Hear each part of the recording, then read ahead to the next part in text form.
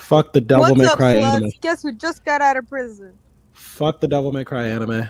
I have lost more respect for it than before. My bad, everyone. I've been busy all day. I honestly forgot we started at 9:30. Oh, okay, no problem, Austin. No problem. One thing is, you're here. Yo, Man. Jake, I already lost all respect for Devil May Cry when they tried making literal devils an allegory for certain people. You know what I found out Adi Shankar said that, like, actually Virgil was the hero of Devil May Cry when you think about it. I'm like, what the fuck are you talking about? I didn't realize he said that. That's why I didn't bring it up in the review. I found out he said a lot of shit that if I had just known about it, I would have already kind of know what was good to expect. Yeah. Calling Virgil the hero of Devil May Cry is like calling I don't even think Thanos is a good example. It's like calling Obadiah Stane the hero of Iron Man. You know what I mean? It's like it's like calling the church of good people in Castlevania. Just kidding. But guys, no, I think Adi Shankar also worked on Castlevania, and you already know how I feel about the first show. Gotcha. Guys, I literally seen people make theories that Scar from The Lion King was actually the good guy. It would be like calling Maleficent in the original Disney movie she was in the hero of that story. She was definitely okay, one mistake. But no, it is. It just seems like a lot of the stuff he said before leading up to the show kind of was an indicator of what he was going for in the series. Apparently, he backtracked that when he realized people were mad at him. He was like, "Oh wait, I didn't mean it." Yeah. But I think Adi Shankar is an example of someone who watched the lore once but didn't really understand it. But he was like, "Yeah, I know the lore. I did my research, but didn't really understand it." So I can't. Did something load, please? Yay! Please do not do any of my stories first. I had to get into my room. Gotcha. I'm on my phone. But you got some time until we get to yours, Austin. Just to let you know. Please take your time because nothing's loading for me right now. Wait, so you should start now? Okay. Well, welcome everybody. What were you saying, Austin? Jake, where is there like a demon behind that buff old man on the screen? That's his devil trigger. This man's pouring out spinach with two demons over his shoulder. You see this? Oh, you weren't there for that episode. You weren't. Wait. I forgot. Also, wasn't there for the Popeye episode. He doesn't know the lore. He doesn't know the lore. It's to celebrate Popeye's 95th anniversary, Austin. He's pretty much fighting anime style bad guys right now, you know. And the funny thing about that is that Felix the cat got nothing for his 100th year birthday. He doesn't deserve it. Last time I remember Cryptid reading Popeye, it was pretty dope. It sounded pretty dope. Yep. Yep. Hey, they're trying to look at how is it that Popeye gets all these supernatural traits from spinach? It just has to be because of something in his body, you know? Because spinach is good.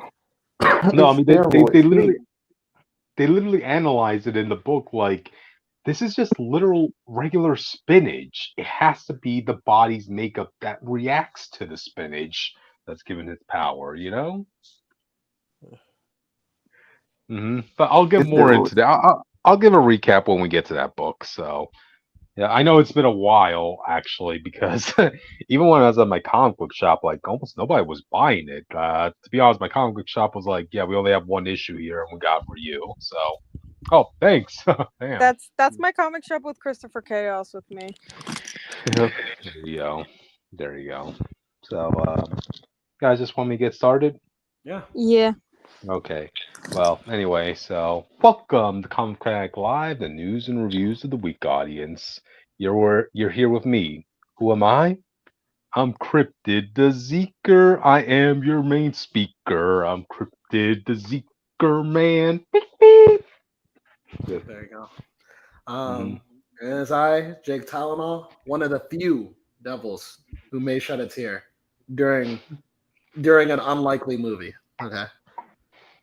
I think it was a wild robot that proved that even a devil may cry sometimes. It's all Ace Comics, Bricky Wall, hater of Jake from now on, to be honest. Mhm. That's it. Okay. I'm Richter, also known as the Witch of Jotunheim. Pronouns they, he, because that has never changed and won't ever change. And I am ready to board the spaceship known as the Arcadia to fight the evil Mazon. There we go. And together we form the Phanatics and we talk about the news and reviews of the week. Today, on our special Tuesday nights, we talk about the comic news, comic reviews. Okay, so tonight we have a pretty special list for you guys. Today we'll be going back to Captain. I put Captain America 4 in the title. We will not be reviewing Captain America 4, but we have we have reviewed it on the channel along with our legends. Craven the Hunter Aquaman. and Aquaman the Great. So. We'll also be reviewing Hulk versus Godzilla, and will there be a Hulkzilla involved? I hear. Of course, we'll also be reviewing Devil May Cry 3, one of gaming's most iconic games in history, or so the players say. But how did I feel playing Devil May Cry 3, the game? Well, find out soon. You can always, subscribe to us, but which you deal with the socials. What's our socials like? Well, first of all, like Jake Nation did say, please subscribe because we're getting pretty close to 100 subscribers, because that would be awesome if you did that. And you can follow us on Twitter for any updates or funny stuff that I decide to post at Comic Phanatics 69. I wonder who picked out those numbers. It was Cryptid, guys. He picked it out.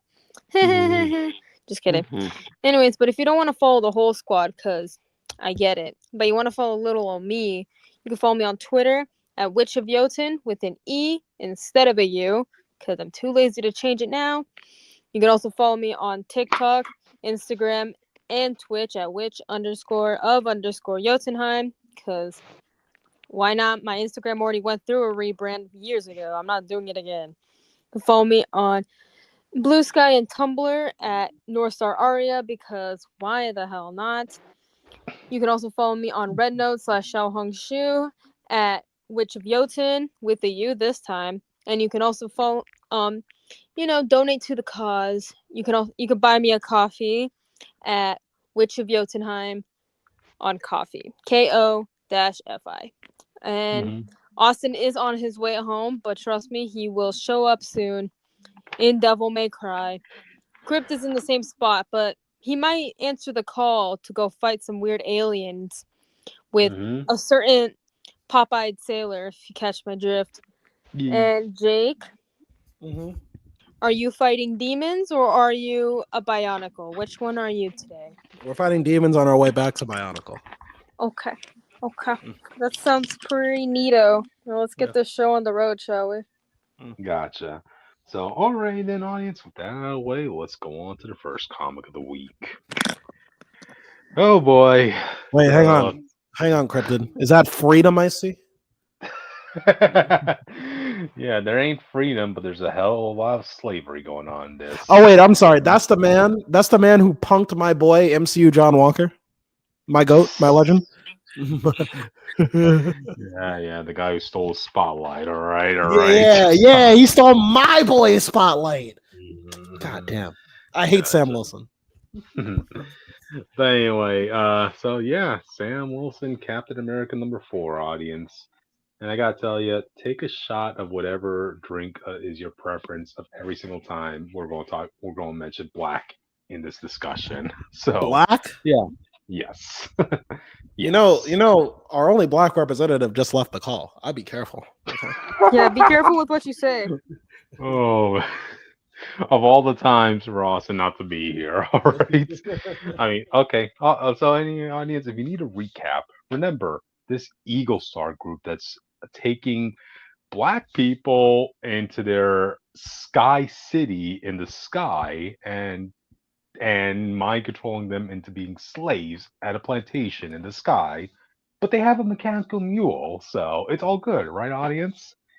And right now, since Sam broke free of the mind control, he and the rest of his group, Joaquin and Josiah X, they're looking to stop them before they go and target their key cities, which, is what they refer to as black cities. You know, Detroit, Washington, Atlanta, you know?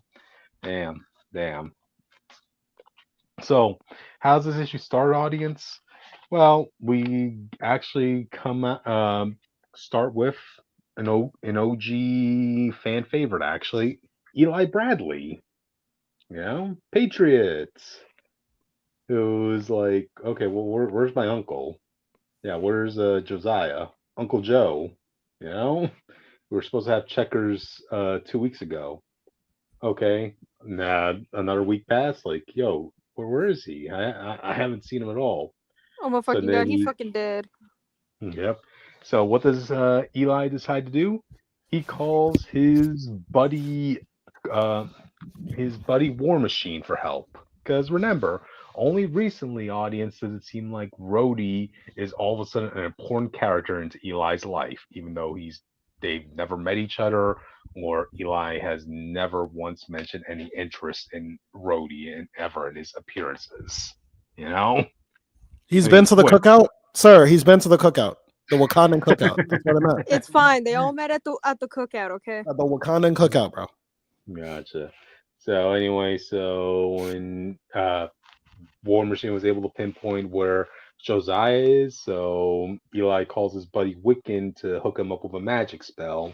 So yeah, Eli is now part of this fight against Eagle Star with the rest of the group.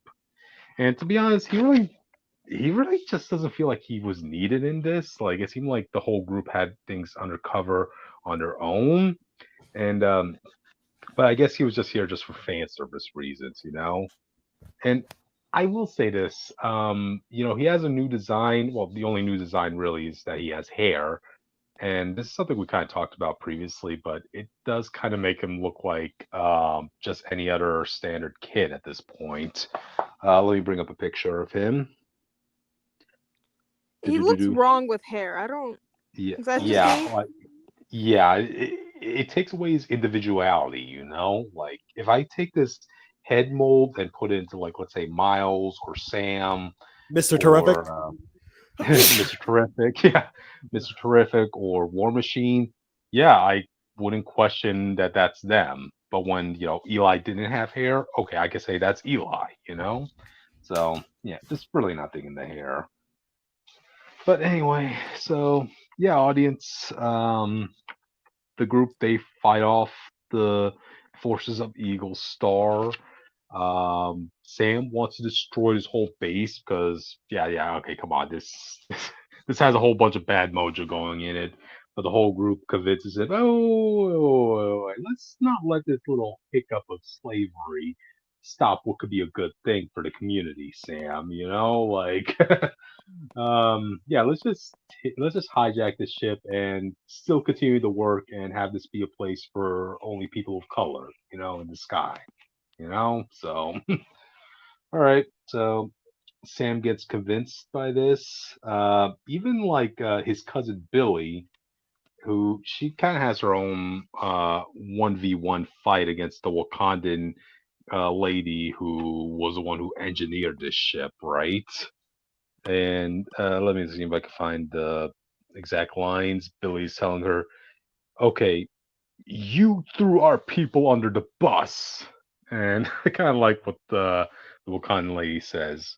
She's like, our people? Hey, since when are we sisters? Like, whoa, whoa. Okay. I see where she draws the line. But regardless, this is kind of like the main point I kind of wanted to bring up in this book that kind of makes things a little bit go cringy here. So we have the group of four, right? Josiah, Sam, Eli, and Joaquin, all trying to go to the control console. They're beating up random goons from this group, this and that. And for some reason, whatever during the midst of this fight, Josiah decides to activate his new power. And audience, his power is to turn black. I feel like that was something from like the Silver Age. I'm Yeah, something happened in the Soul Verge that I cannot remember off the top of my head. yeah, I know. It doesn't sound like it's something that would age well, but let me bring a picture. Like I even like Sam Wilson's reaction. He's like, "What the heck?" Like, what the fuck is that? Yeah, because the audience all apparently Josiah can turn black from his shield. The blackness from his shield envelops him to become totally black.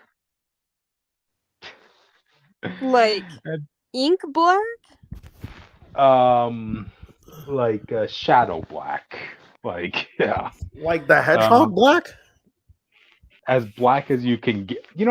For argument's sake, let's just say he's as black as anybody could actually be, guys. Might as Okay, Yeah. so well, how they right? used to draw Havoc back in the day. Got it. Okay, there you go. There you If go. you know, you Uh, know. Gotcha. And what makes this kind of even more cringe is he didn't really need to use this power. I mean, for the most part, like again, these are just average goons from Eagle Star. Like, okay, random agents. Maybe they pack a gun, this and that. And this is in broad daylight, by the way, audience. So Josiah just activates his power to take the blackness out of his shield and envelop him to beat up the other guys. And like, uh, this is an even cringier moment from what happened in that Cantwell run of Captain America, where for whatever reason they decided to give Sam Wilson a black shield. Like, but what was the reason behind that creative team? But then here you have a situation where Josiah, okay, he's given a black shield, and he's also called the Shadow Soldier now. Which okay, so you basically just race coded the titles of Shadow Soldier and Winter Soldier. Did you realize that? I wonder why Bucky's now being called Winter Soldier. Yeah, yeah, Well, the winter right. season's over. Uh, And why is Josiah being called the Shadow Soldier? he likes to live in the shadows. Yeah, there you go. You put a lot of thought in this, bro. Yeah. But apparently this is dark force energy that he has, so I guess he got it from his buddy Cloak, because I guess those two are BFFs off screen. Like, whatever. I guess just go for it. So yeah, the the campaign continues, and oh, guys, remember Red Hulk was supposed to be a thing in this book? That's just what makes this whole directive even more cringe, because I remember seeing an interview from Greg Pak himself that yeah, when Marvel came to him to write Captain America, you know in line for Cap 4, they gave him some requirements, one of which of course it has to be Sam Wilson, and the second requirement is that they have to bring in the Red Hulk. He has to write the Red Hulk into this book. But does anybody even care about the Red Hulk in this book at this point? Like, seems whatever. Um, so they also free the Red Hulk. He's going to save his hour of power for when he meets the head of this Eagle Star program.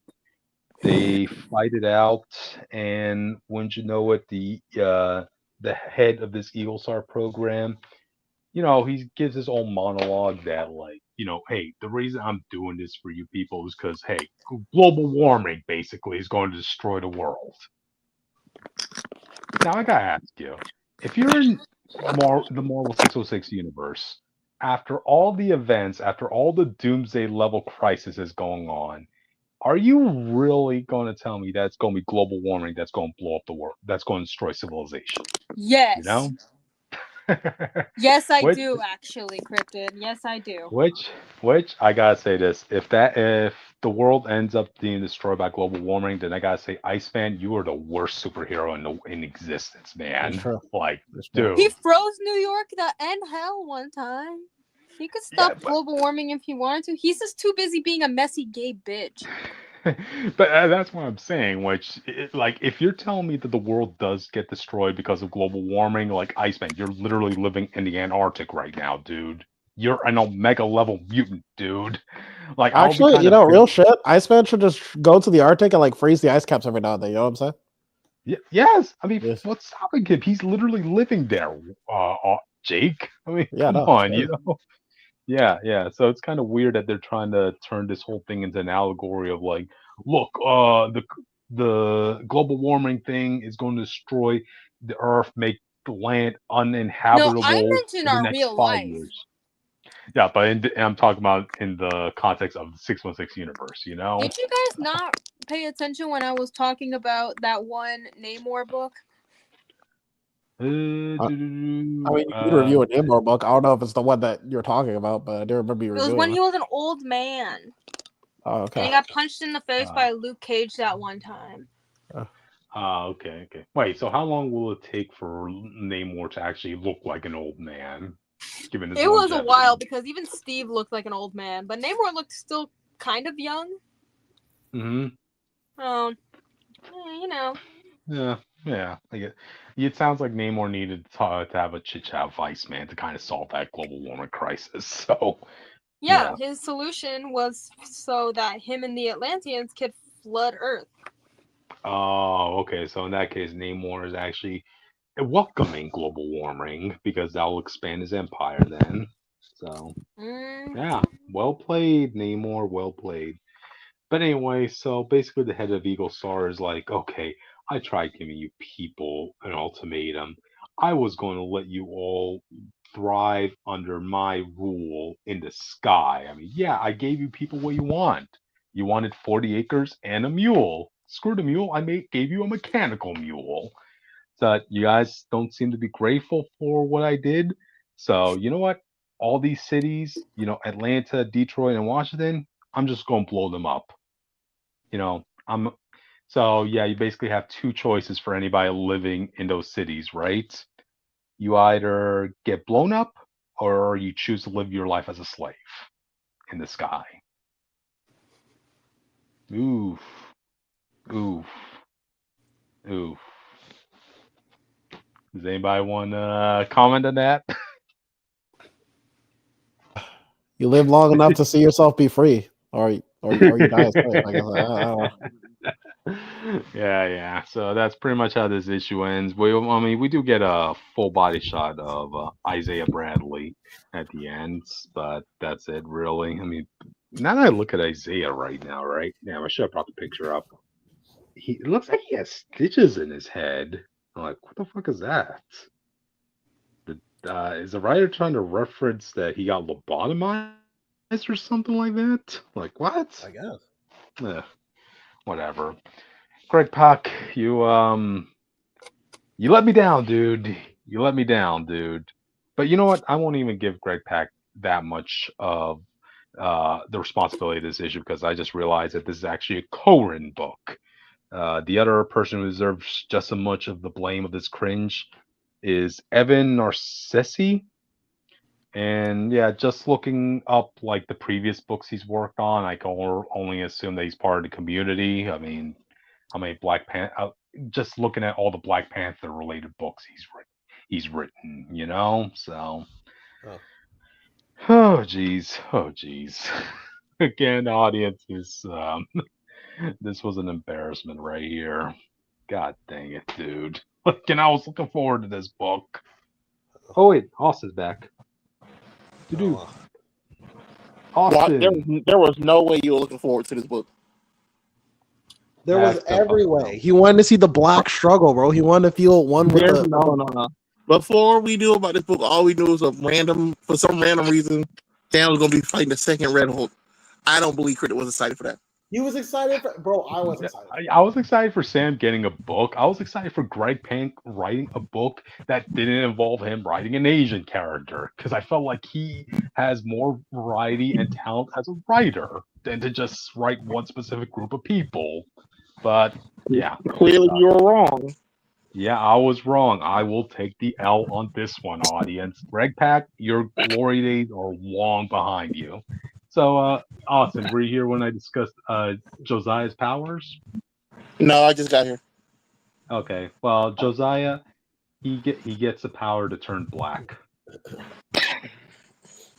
Oh, so he is Literally, like a Did you? symbiote. They've given the N-word pass to everyone now. You can just Austin. take it now. Yeah, Austin. Literally, the blackness from his shield takes over him and to turn him as black as he could possibly be. That sound like Jake. Yep.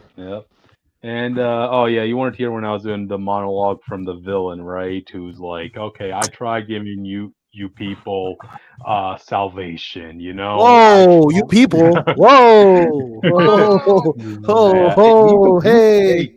He's the one referring to these towns as chocolate cities. I gotta add that audience, Okay, you know. all right, bro. All Not too right. much. Not too much. Austin Okay, can only so shield us for so long. Okay. oh boy. So yeah, Austin. He's given people in these cities, and I'll rename these cities, right? Atlanta, Detroit, and Washington, which they refer to here as black cities. You have two choices. One, they'll either blow up your town and you could be part of the collateral damage, or two, you could reside in their Eagle Star Utopia and work in the plantations. All right, let's go to the plantation. I guess let's go. Good work. Oh my god. Look what happened, audience. Look what this book has made people. Look at this book has made people choose. So yeah. All right. It's Jake's Yeah. fault, to be honest. Man. I tried. No.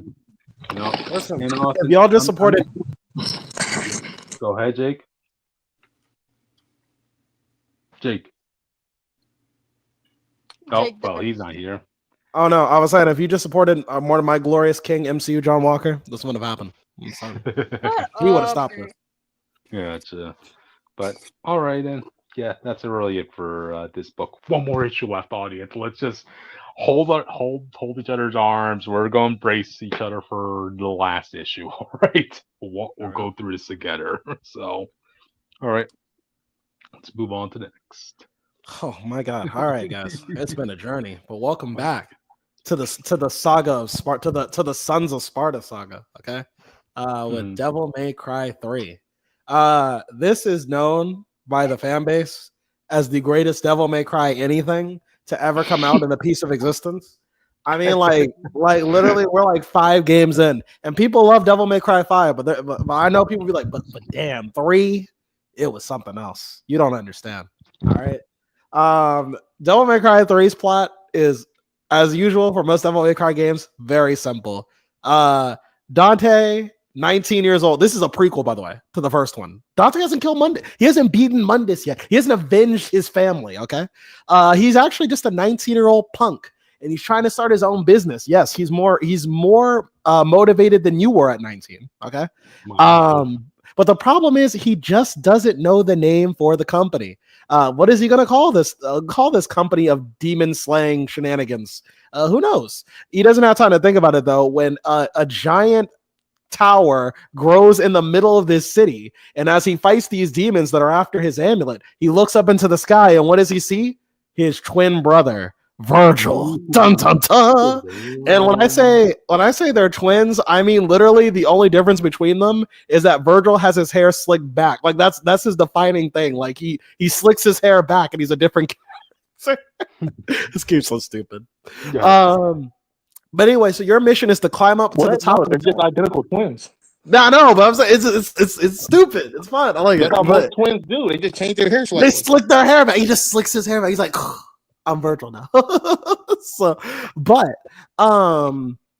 But yeah, so basically we get our opening monologue as we do in the original 3. After this third one, we don't get monologues anymore, and it kind of sucks. But you've heard the story of Sparta a long time ago, so it is what it is.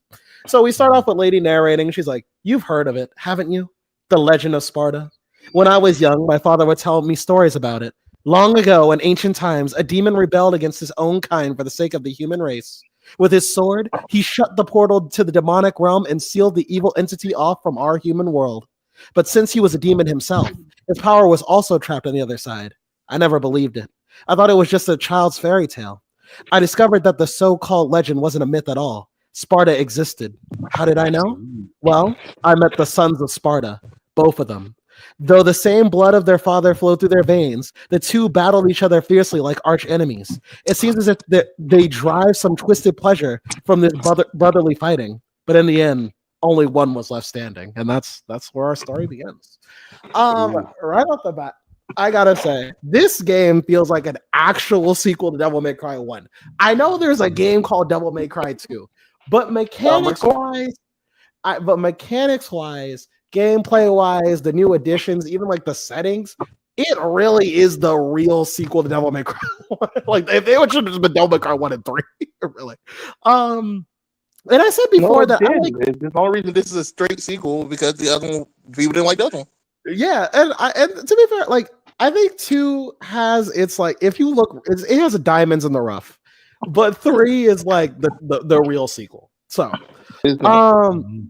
yeah, so basically, some of the changes we have right now is that for starters, like in the last game, you don't have multiple devil triggers. So in the first game, you had multiple devil triggers depending on what weapons you have.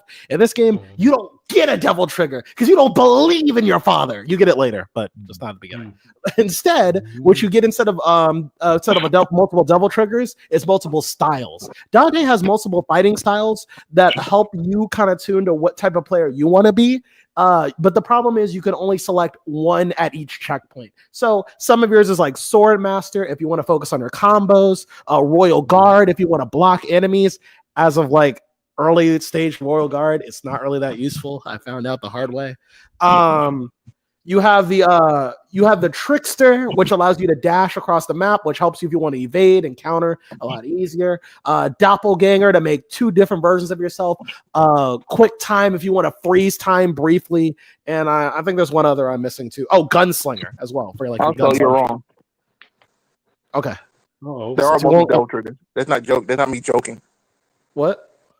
There are multiple devil triggers. Depending on which weapon you have, your devil trigger has different attributes and abilities. Oh, okay, cool.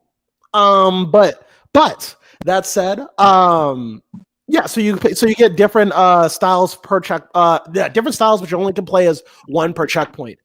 Except for 2 of them, you can level up each of your styles 3 different times by using the style multiple times in combat. On top of that, you also have a shit ton of more weapons than you ever did in Devil May Cry 1 and 2. I actually like the weapons pool of this game. It's very diverse. It really encourages us playing things differently. That said, I stuck to pretty much 2 weapons because once I unlocked this 1 weapon, I just stuck with it for the rest of the game. But some of the notable ones include Naven, which is a guitar, and normally in video games with guitar, it's swing that shit like a sword. No, in Devil May Cry, you actually have to, in the middle of a fight, shred on that guitar. You have to hit the guitar notes in the right way to get the combo off. It's actually kind of cool. I actually really liked trying to use it. It wound up not being for me, but I love trying to use it. It's good for crowd control. Of course, you have Dante's signature Rebellion, which is a standard weapon, which is actually pretty good in this game. In the original game, it wasn't that great. Like Forced Edge, I think that was the one it was called. It wasn't that great to use. Once you got Alistair, you didn't really need the original weapon, even when it became the Sparta sword. But in this one, Rebellion's actually really cool because Rebellion has the Stinger, which Force Edge did. But what I love about the Rebellion is that unlike the other weapons, this one is targeted towards lunging into groups of enemies and kind of like swinging them around, so you have more of a reach. So no matter what weapon I used, Rebellion was good if I wanted to catch up to an enemy that was moving around very quickly, especially when it came to fighting Virgil. It's also a good combo extender because, like in Devil May Cry 1, you can have up to 2 melee weapons at a time, so you can actually merge your combos together. So if I want to merge the combos of Rebellion with the combos of Neven, and if I know how to do it correctly, I can do that. You also get these fucking cool ass nunchucks in your first boss fight with the Cerberus. I actually really like those nunchucks. Those are my favorite weapons to use until later. And the Rebellion and the nunchucks actually work really cool in extending your combo and getting some air tricks off. In terms of the boss fights, this is where I found it really interesting. Wait, Jake. What's up? Since you won't be able to, since you don't know, let me say this. Since you're still talking about the weapons right now, before you go on. Yeah. So use Devil Trigger while using Rebellion. Your bonus was you can glide a little bit. The glide has a lock on and actual command ability. Cerberus increased movement speed. Agni and Ruda has increased elemental damage. Navon has increased double trigger healing and something else that I can't find right now. And Beowulf has knockback armor and defense. Oh, Beowulf, you mean the Virgil killer? Because that weapon, Beowulf. So those are the bonuses they get once if you go double trigger with them, and if they all look slightly different.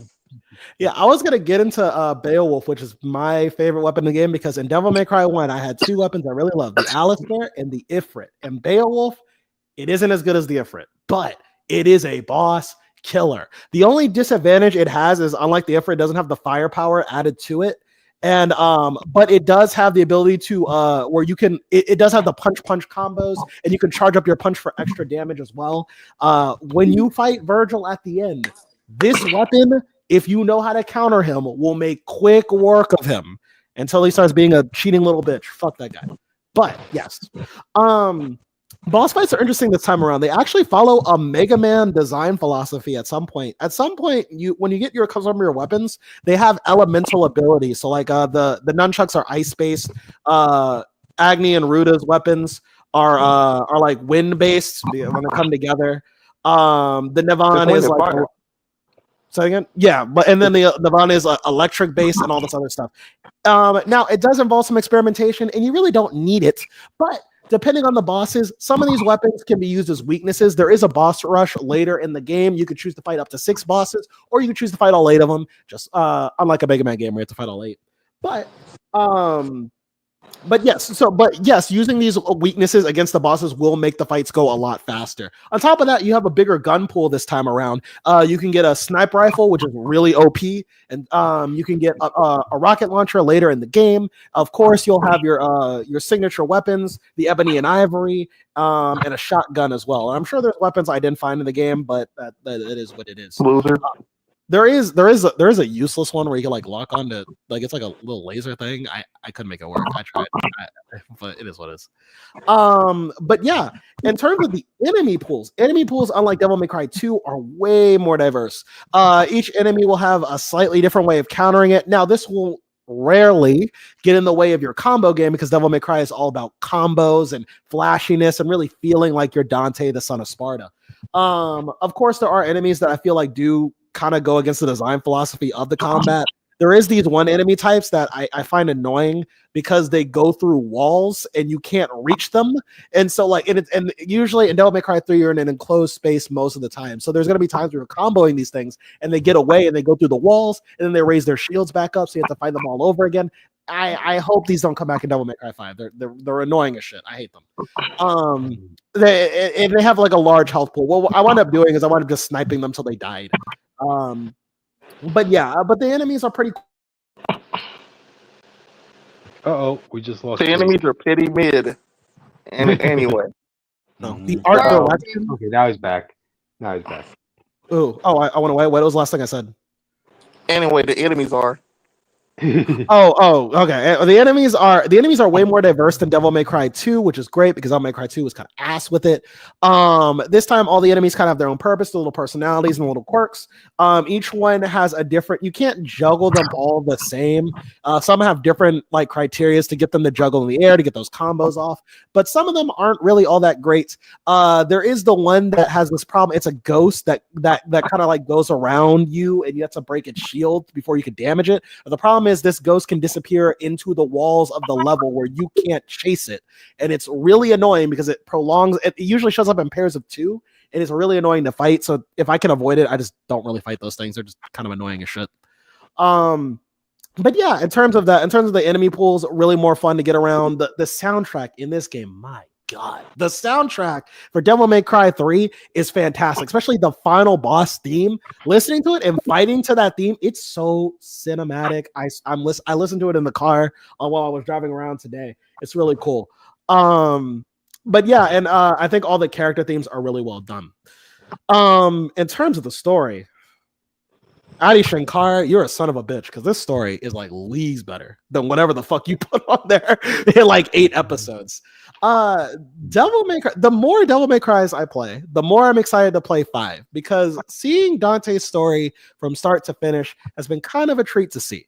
And I know where it's going in Devil May Cry 5. I think like Devil May Cry 5 like retroactively makes all the other stories behind it better. 3 is basically a story about Dante learning true humanity and also learning what it means to embrace his father's legacy.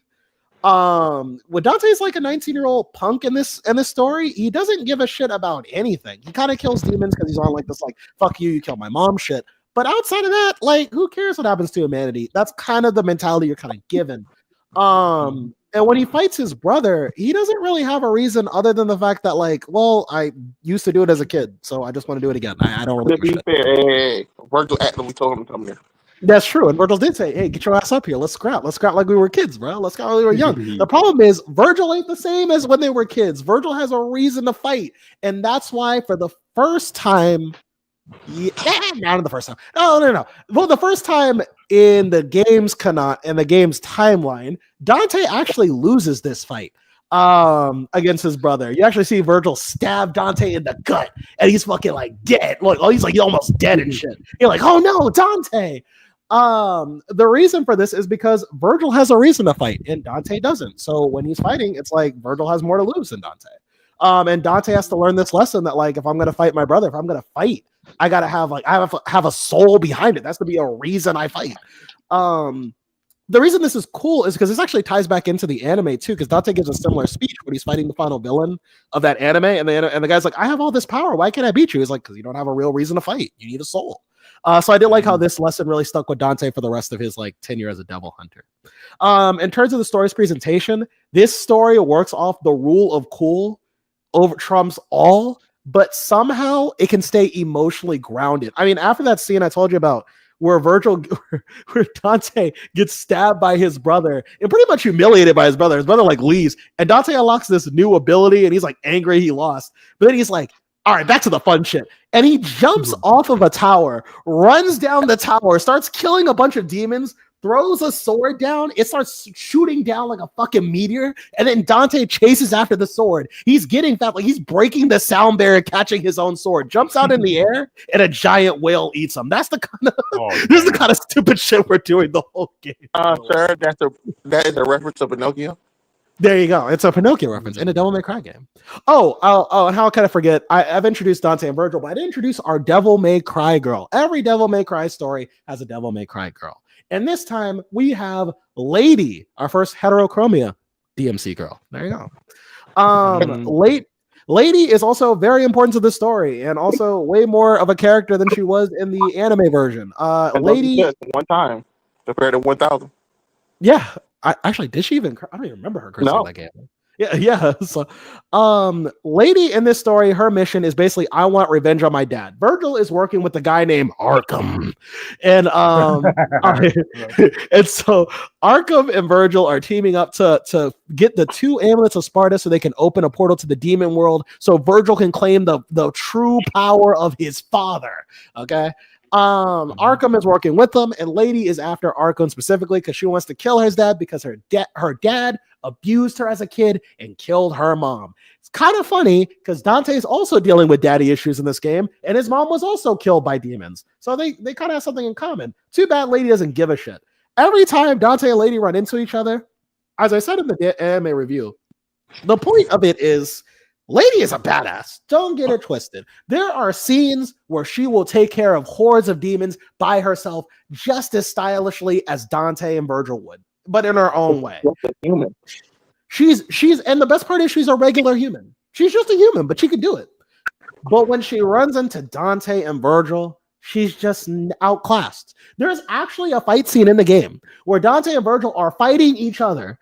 Lady comes in at the end of near the end of their fight, and she wants to fight both of them, but they just fight around her. Like, they don't care she's there. They're really like ignoring her while they're fighting each other. Basically, it's really fucking funny.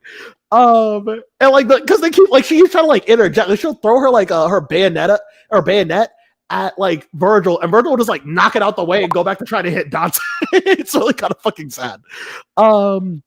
But Lady's arc is really great because her human struggle helps Dante reignite the humanity in him. He sees how much she cares about this. He even asks, like, why do you care so much? Like, your dad betrayed you. Who cares? And it's just because, and he's just like, well, it just matters to me. It's something I got to do. You wouldn't understand. You're a demon. And Dante goes like, damn, I don't want to be a demon anymore. You know what I mean? I want to be a human. Fuck. So, and what winds up happening is this beautiful sequence where you have to fight Lady in a boss fight. And what I love about this boss fight is it's piss easy. Like literally, the only reason she killed me was because I didn't know she had a rocket. She was going to use a rocket launcher at the right time, and I had low health anyway. And but the next time I fought her, it was just a breach. She didn't even hit me once, basically. And it's a piss easy fight. And when it's done, oh, I didn't get the shot. Damn it. Oh man, I wanted to show it.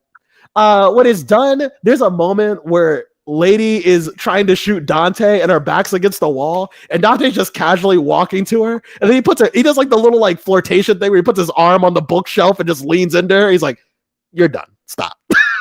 I was like, okay. And like Dante's like, listen, I'll take care of your dad. I'll take care of Virgil, because at this point she thinks her dad is dead. Like, I'm gonna take care of Virgil. I'm gonna stop your dad. I'm gonna stop whatever's going on, and I'm gonna do this for you. Plus, now I have my own reason to fight, thanks to you. And Lady's like, all right, here, but take my rocket launcher. And I just love the visual metaphor that Dante takes on this task for this person he's never met. I think it's really endearing for his character. Really shows real growth. I also like the action sequences in this game. I think it's one of the highlights. This will come back in 5. I mean, 4 has some pretty good action scenes, but I think 5 and 3 have the best ones. Honestly, you have like a scene of Dante riding on a fucking rocket, or a scene they take straight out of that scene the anime takes straight from this game, where Dante's in a shop and all the demons stab him at the same time, but he just kind of shrugs them off, and then he just starts fighting them with their own blades embedded in his body. And then there's like this one shot where like he kicks off a pool table, and the pool balls fly in front of his face, and he shoots it once, and then like the fucking balls bounce around and kill all the demons. And I thought, like, damn, that's fucking cool. But you know, but you know, outside of that, Aura farmer, bro. The sons of aura farming, bro. I couldn't imagine how devious their father was. But I gotta say, one of the real stars of this game, and the reason why he's so popular from this game on, has to be Virgil.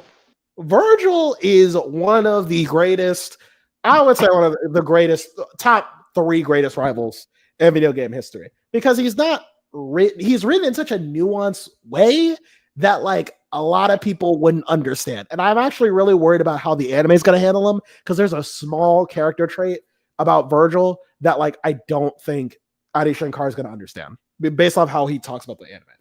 Virgil is Dante's twin brother, obviously, and he is traumatized by the fact that like he felt like his mother left him. He was all alone when the demons attacked, and he didn't have the power to save himself. So Virgil's mindset is, if I am just the strongest, no one can hurt me anymore, and that's why he wants his father's power so badly, because he just wants to be strong enough so that nothing can hurt him, essentially.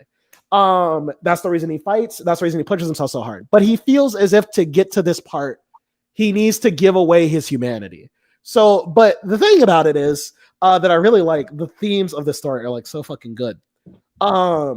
Dante's representation of like what's left of Virgil's humanity, and Virgil will act cold and distant the whole game. But when Dante shows up, there's a little bit of humanity in him. He starts joking around like Dante whenever Dante's in the room. There's like a scene, I think that the contrast is perfectly. Lady is the first time Virgil and Lady actually like meet. Well, the second time really they fought, but like it wasn't really a fight. Lady is just kind of sitting by herself, and Virgil just walking, and it's a quiet scene. It's like he's just walking past her. He doesn't say anything to her. He doesn't even acknowledge her. He doesn't talk at all. He just walks past her, goes to the final boss fight. When Dante comes across him, anytime Dante comes across him, and he or Dante will start joking with each other. I think there's like one scene later where they're fighting Arkham, who has stolen the powers of Sparta, and Dante is like tired, and Virgil drops down out of nowhere, and he helps Dante out, and then like Virgil's like, hey, you don't want this guy to be the final boss fight, do you? And Dante's like, you know what? Now that you say that, I think you're right. And it's a whole sequence where you have to team up with Virgil to fight Arkham Sparta. And the reason this boss fight, I'm not gonna lie to you, I kind of hated this boss, because it was cool until Virgil teams up with you. Because when Virgil is your partner, you can't double trigger, and also your style goes away. Like your style is basically just using Virgil, so you can't use any of your style stuff. So Virgil wound up getting me killed like 3 times before I figured out how to play as him. But the fight ends really cool because Dante and Virgil basically start beating Sparta. And it's this really cool sequence where they get their swords stuck in his body. So they kick their swords across his body into each other. So Dante has Virgil's sword and Virgil has Dante's sword. And they like twirl the swords around. And they start cutting through them and shit.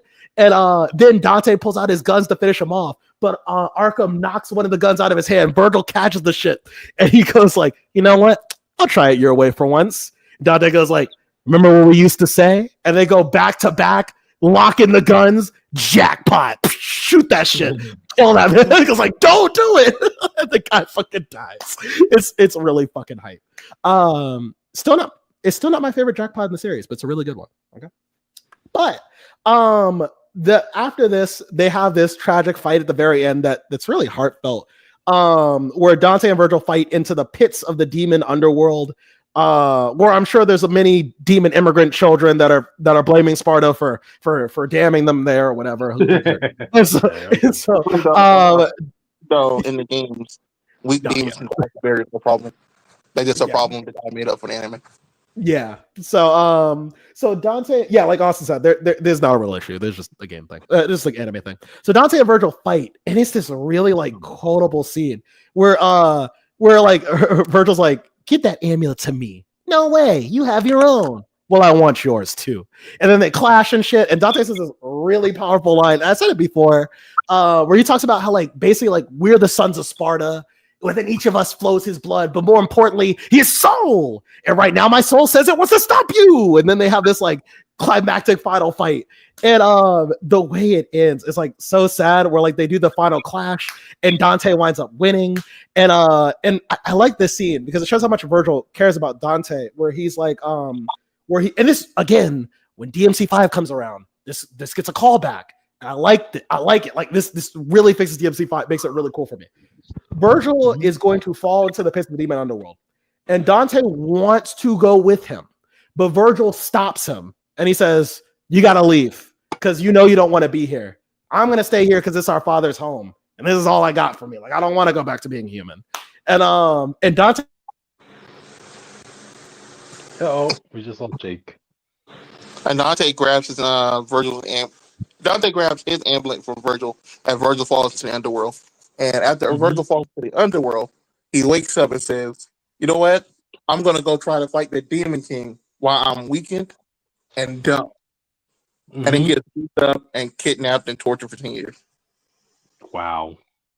Yeah, and that's how we go back to one where he was Nero Angelo, the other demon, mind control and stuff. Because this game leads into one. Gotcha. But Dante goes outside as the whole area starts falling apart because, Virgil and Arkham are gone. And he sees Lady. And this is where you get the famous scene of them two talking, having a heartwarming conversation. And Dante starts crying. And she looks at him and says, "Are you crying?" And he's like, "No, it's just raining." And she's like, "There's no rain." Wow. Even devils can cry. Even devils may cry. And that's how he gets the name for his workshop. Oh, look at that. So, fuck Jake. I finished it. It's over.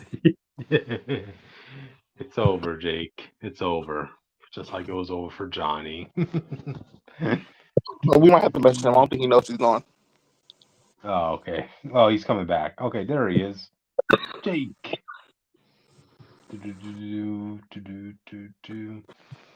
Devils may cry, but computers can lag, audience. Keep that in mind. I don't think he's coming back cryptic. Well, since Austin did the honors of finishing up this topic, you guys will just want to move on to the next or give Jake another 2 minutes. It would take 2 minutes to get his final thoughts. Gotcha. Oh. Then he's on his phone. Let him. Okay. Yeah. Remember, Jake, the safe word for coming back in is screaming Wilma. Okay. There you go. All right, but what was the last thing I said? I finished it. Oh, you finished the whole where Virgil dies, where Virgil goes away? Yeah, I thought about it. Lost and went to go fight Mondays like an idiot, got tortured for 10 years, and then he lead into one. Yeah. Well, you know, Yeah. more the Lady Dante conversation guy kind of skimmed over it. Besides, the crying scene. Oh yeah, yeah. Lady and Dante's dynamic basically is like Lady having to Lady because Lady at this point doesn't trust it. Well, here's what the anime fucks up. Lady doesn't like demons, but if a demon ain't fucking with her, she's not gonna try to kill him. That's literally what it No. was. It was this is something that the anime just butchered completely. Um, Dante saves Lady a couple times, but the only reason she swings at Dante is when Dante antagonizes her. The only any other time he helps her, he doesn't care. She doesn't care. She's like, I don't like you, but Wait. like, He saved her from falling one time. She shot him in the head. she tried. I think it was after he was provoking her though. If I remember correctly, it was because He he literally provoked her. called her and saved her life at that moment. Though. Hmm. I can't remember. Oh, when you held him up over Yeah, the yeah. I held him up. I think he that's would the rather only. fall and particularly die than get saved by Right. Dante. Yeah. That's true. That's true. But fuck him though. I knew you were a demon at that We talk about her point. name situation. That the Right. Well, we anime. talked about it in the anime review, but in this situation, Lady's name is actually Mary, and like the anime, she doesn't go by that name. Like she doesn't let anybody call her that name. It doesn't matter to her. It's a dead name. Only her mother can call her that name. Okay. And so, but Dante keeps calling her Lady because he doesn't know what else to call her. So when like inevitably that just becomes her name. She's like, I guess I'm Lady now. That's just what I want to be. Um.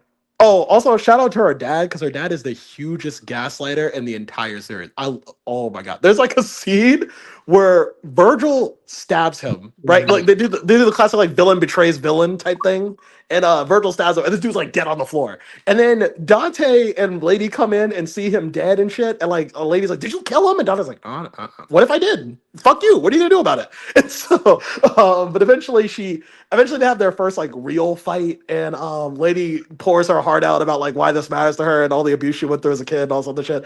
And Dante's like, damn, that's tragic. Anyway, I'm gonna go about my day. Bye. And and after Dante leaves, Arkham weakly wakes up. He's like, Mary, is that you? I'm blind. I can't see anymore. And, like he's like, listen, I didn't do it. Virgil made me abuse you as a kid. I was like, he's like, Virgil made me do it, and you have to avenge me. Kill Virgil, and I'll be avenged, and you'll get peace. And she's like, I'll do it for you, Father. I promise. And then the moment she leaves, Arkham gets up. He's like, oh, okay, thank God. All right, now I gotta get out of here. He goes like the opposite direction.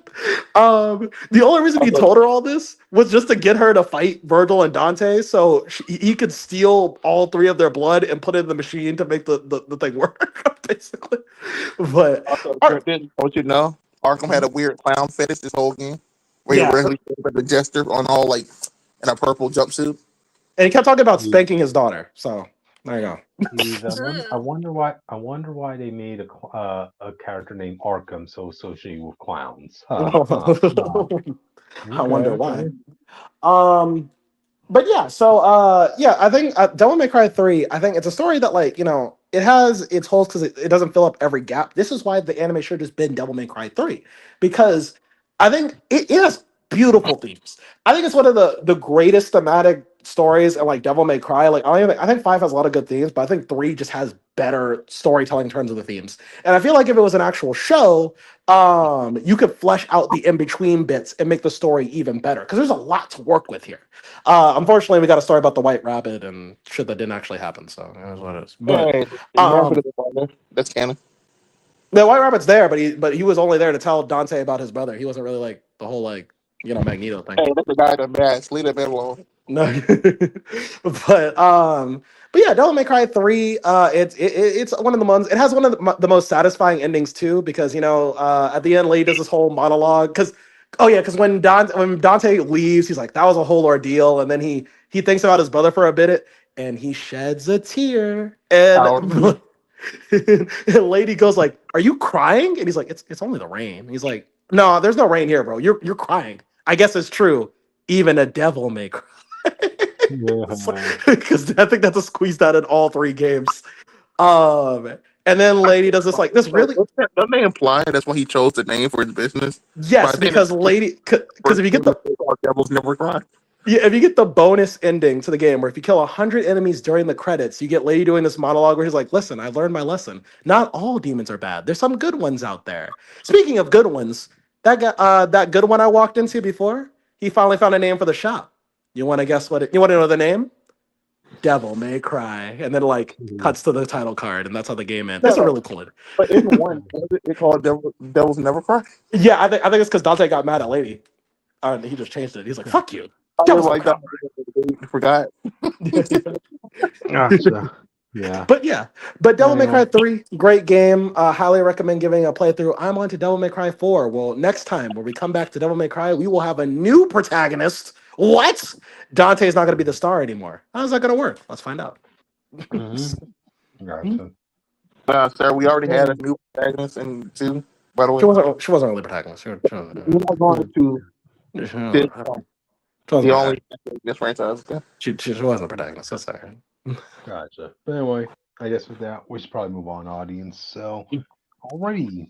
Do Austin, this is you, dude. Okay, give me 1 second. But Godzilla versus Hulk. This book was weird because going into it, you first is like, why, bro? They use so many Godzilla villains.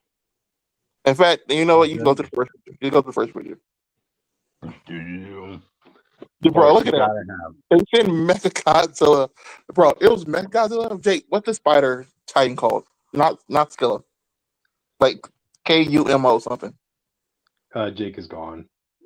That fraud, bro. So there's a spider kaiju that was attacking the West Coast for some reason. Okay. You know, as they do. I blame Witch personally. Because sometimes I feel like Witch is actually the other things. Yep. Oh yeah, quick. The picture I first showed, the thumbnail. I mean, the picture I used at the title. Yeah. That was a variant because the actual title was ugly. Of course, because I think we had a discussion on the DMs, right? Where the main cover ain't gonna look that flattering, but Marvel will make an effort to make the variant covers look flattering, just to get an extra buck, you know. But do you know a person named Dr. Demonicus? That sounds familiar, but I just can't think. He sounds familiar, but I couldn't tell if he was a Godzilla person or a whole Marvel person. I think it's a Marvel. I thought so too. But him and Banner are talking in the background. They look out the window. You see let me see if I pronounce this spider thing. Kumanga, the giant spider, had trapped Mothra down, bro. He got Mothra dead for rights. He started putting acid in her eye, and they start trying to liquefy the moth inside, bro. And Banner's like, bro, this is fucked. But Godzilla's on his way. You know, he can't let his wife die like that. He heard her screaming, like, bro, he's walking from the other coast. It's kind of so the government actually attacked him, like, bro, just go around. Why'd you go the long way? But funny enough, Thunderbolt Ross dives in. He dives into this little secret base they got in Arizona. Because apparently there were a lot of old Hulk sources take place. So which watch out. But we get to this because from that base they launched Mechagodzilla. And the moment Mechagodzilla goes over there, as you can see in this photo, he gets lit up. To be fair, Mechagodzilla put up an okay fight. Thunderbolt Ross is in charge of it, by the way. He's like inside of it.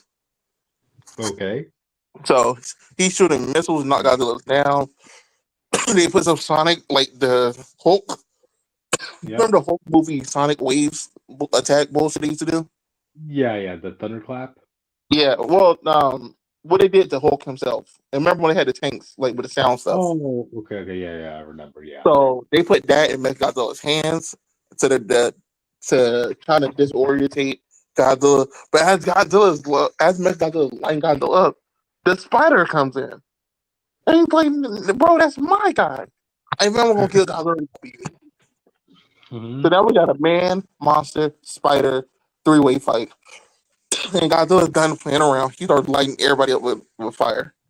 But then they introduced another monster. Because earlier there was an egg that they had stuck under Arizona. This is Hito, I think. The sludge monster with the eyeballs.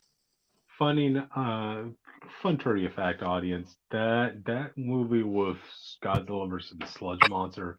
That was actually the very first Godzilla movie I ever watched. So yeah, yeah. Well, he's here, but You Hulk want has me? had You want me to turn to the next picture? sure, Okay. So, doo-doo-doo. but Hulk has had enough. Hulk breaks out of the facility, comes down, and he's like, "Bro, I hate Banner, I hate Ross, but I hate monsters more." And he starts going in. He grabs Hedora by the eyes, starts squeezing them. It's really fucked up panel. I would take care of that one. Oh my god. But Hulk like this. Hulk gonna smash all monsters.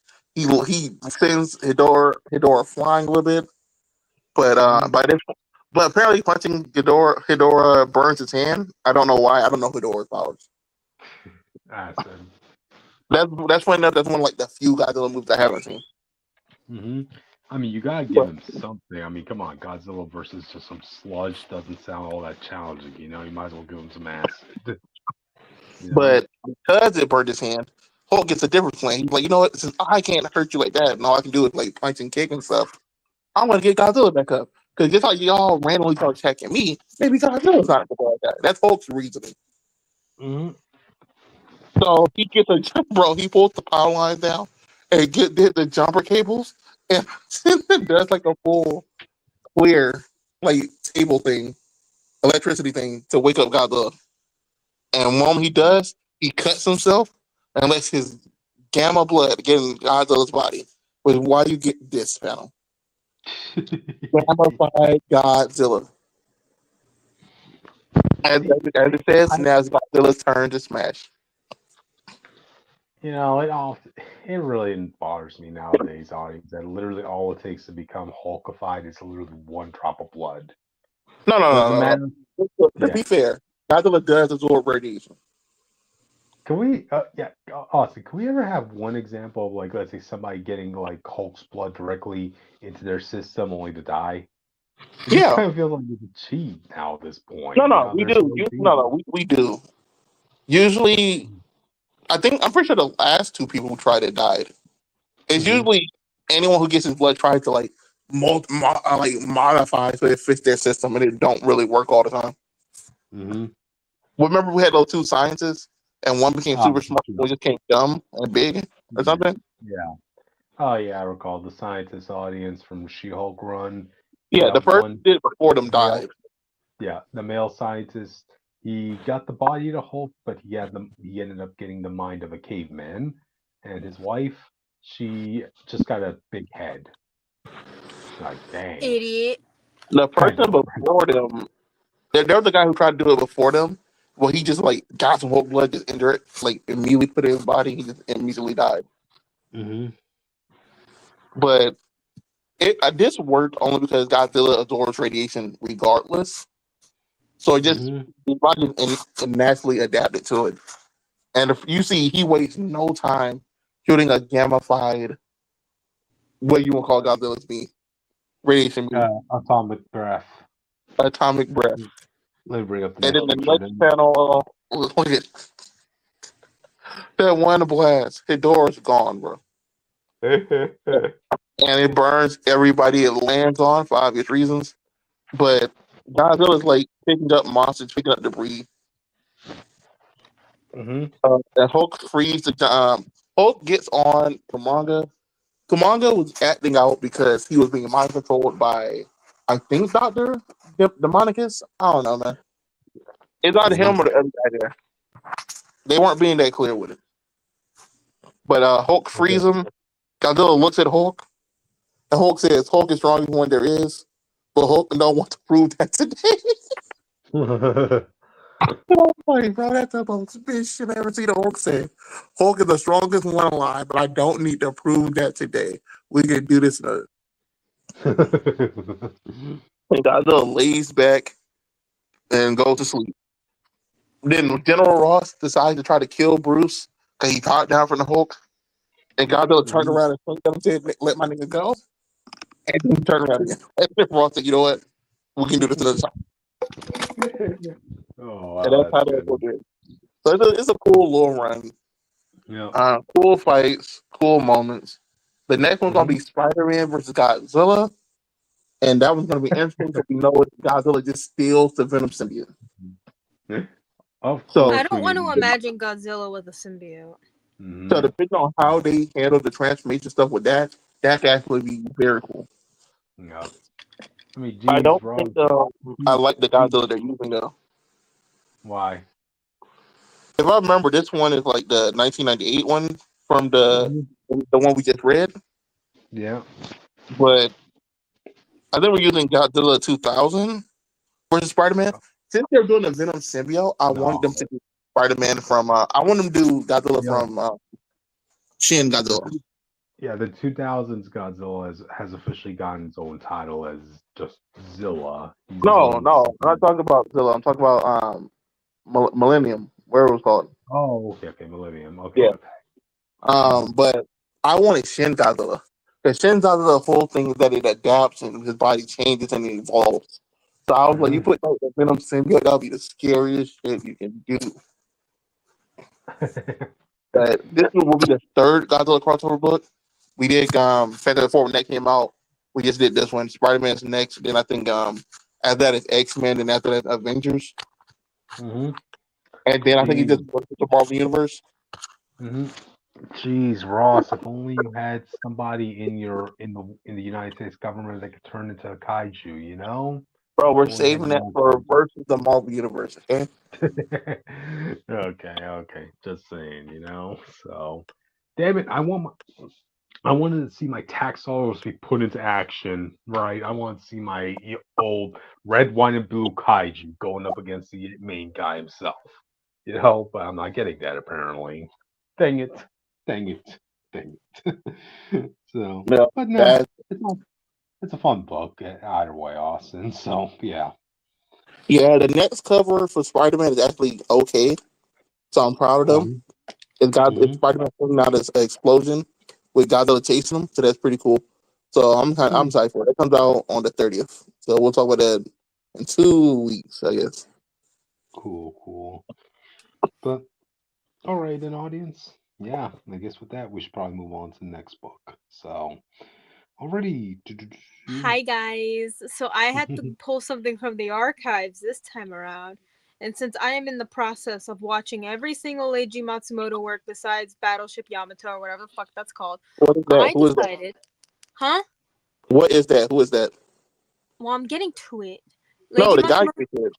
Oh, Leiji Matsumoto. He's an iconic, like mangaka and everything like that. Like, trust me, he's super iconic, especially for like 70s and 80s works. You don't have But to take the name so I can see. I can like look up and stuff later. I'll look him up. I'll type it in the chat later. Okay, I'll type it in the chat later, that you can look it up. Anyways, so I pulled something from the archives, and this is Space Pirate Captain Harlock. This is a comic that came out in 2021, so this is like one of the most recent um things. So this wasn't made by Leiji Matsumoto. This is its own story, and even though it is not drawn by him, it looks a lot like his style. And I can never kill this damn bug. So we're gonna start off with this. So basically, it starts off with um Harlock in his room, and he's reading. He's like is reading over an old book that him and his best friend who passed away bonded over, because that's how their ancestors met. If you watch the movie, you'll know. And drinking his wine. Okay. Aw. Yeah. While his ally Mime, that's her name, plays the harp in his room. And Cryptid, we were talking about her earlier. Her name is Mime. Yeah. Yeah. But don't worry. Basically, it's summarizing the world of Captain Harlock for people who might not know. And, Mm-hmm. it's kind of simple. We're in the future. It is the year 2977.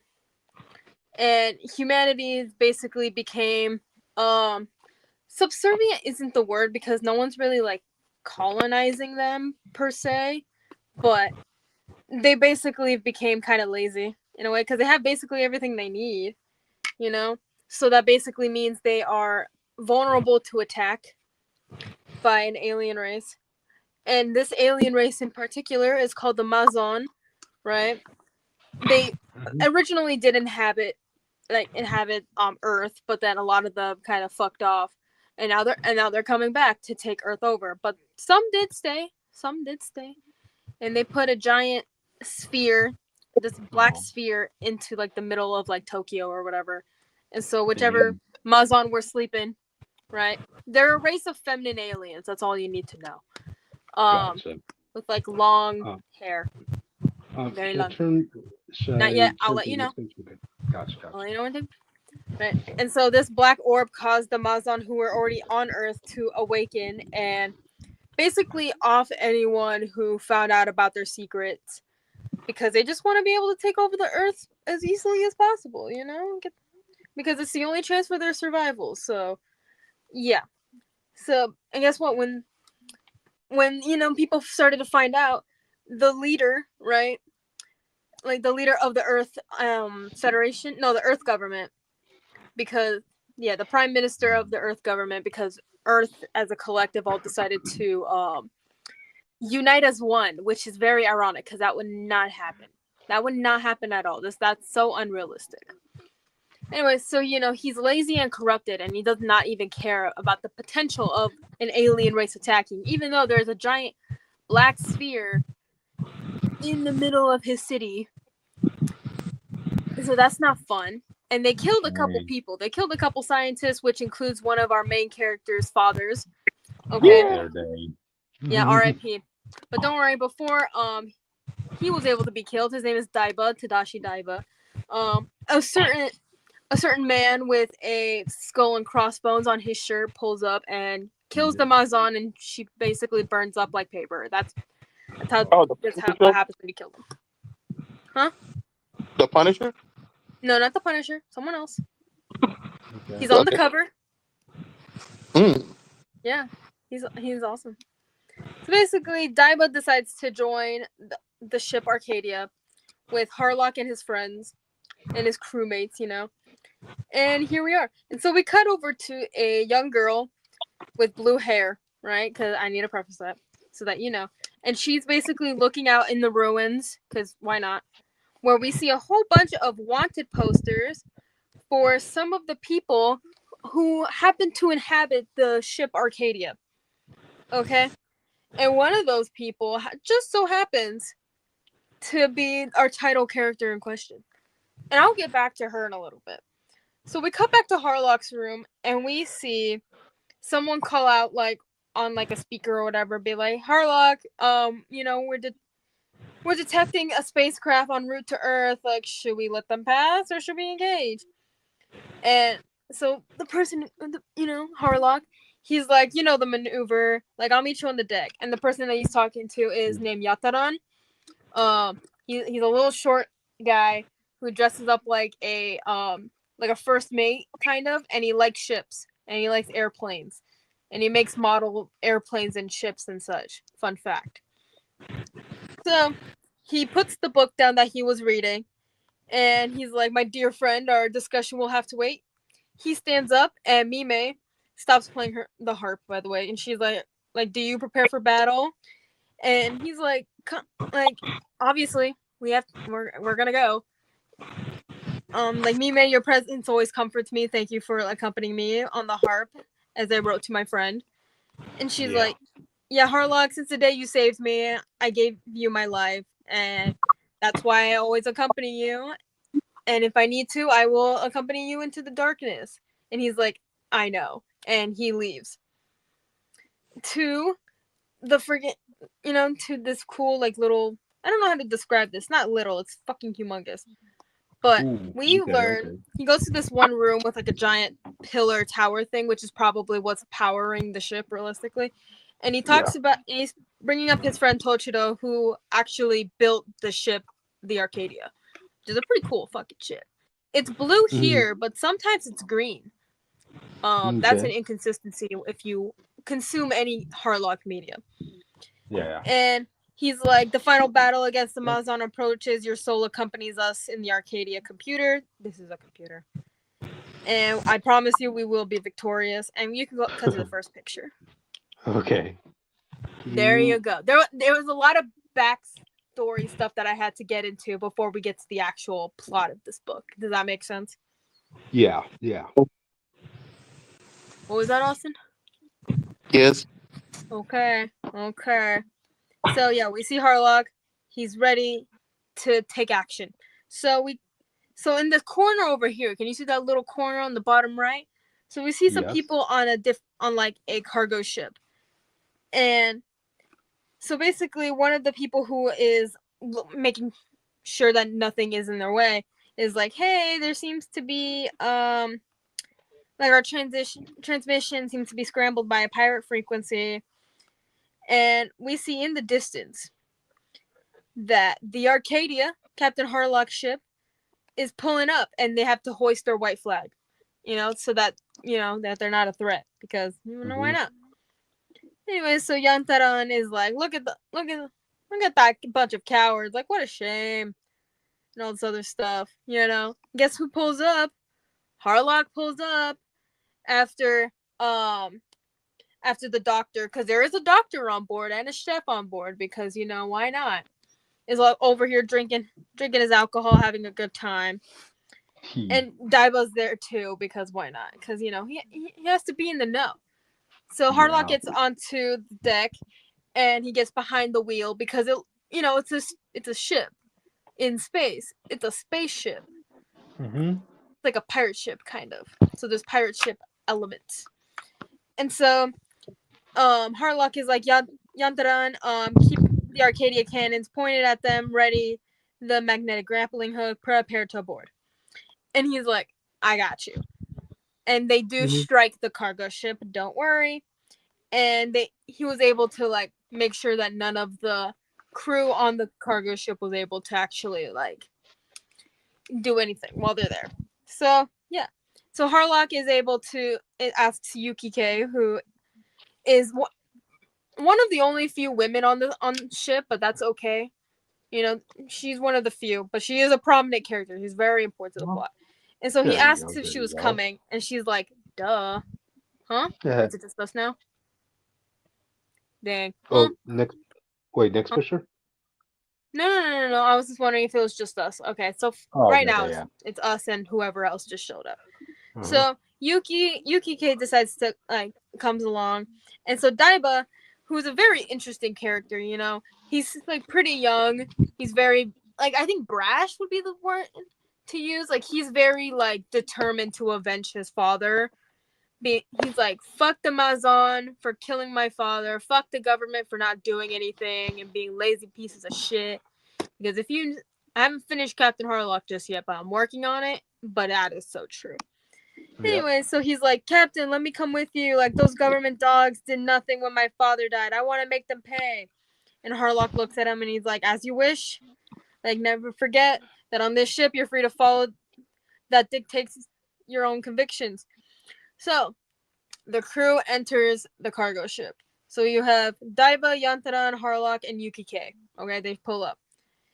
And the paralyzer goo works pretty well on the crew of the cargo ship, by the way.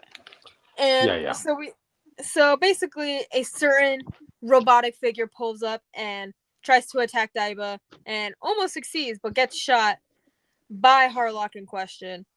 Whoa. The robot was a defense mechanism because the government doesn't the ministry doesn't even trust the crew to protect themselves.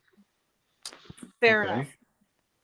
So they find where all the cargo is being held. So basically they have food, wheat, alcohol, jewelry, heat stones, and warm clothes, because they basically just import all their shit. They don't actually do anything. They just hang out.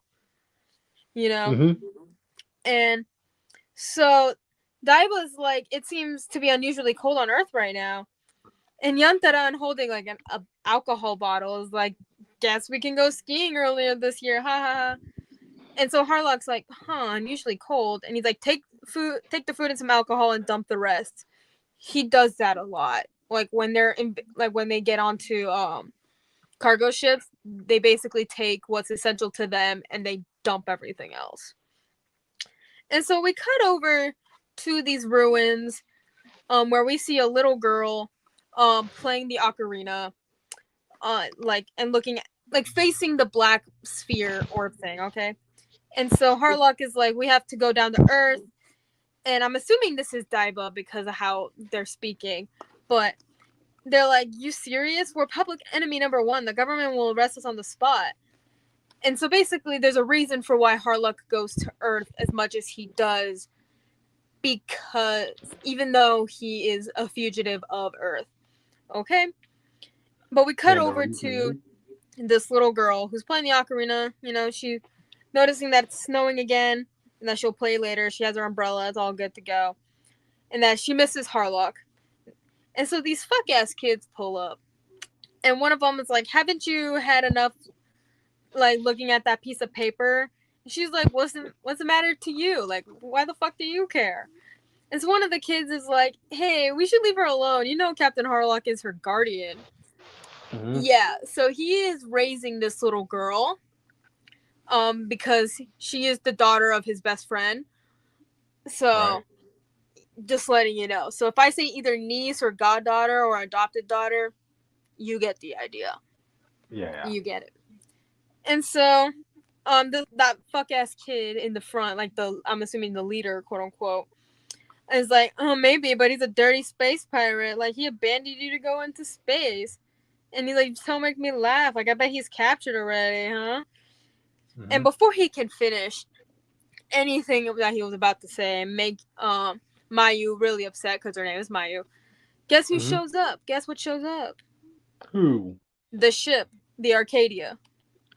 Wow. And so those fuck-ass kids run away.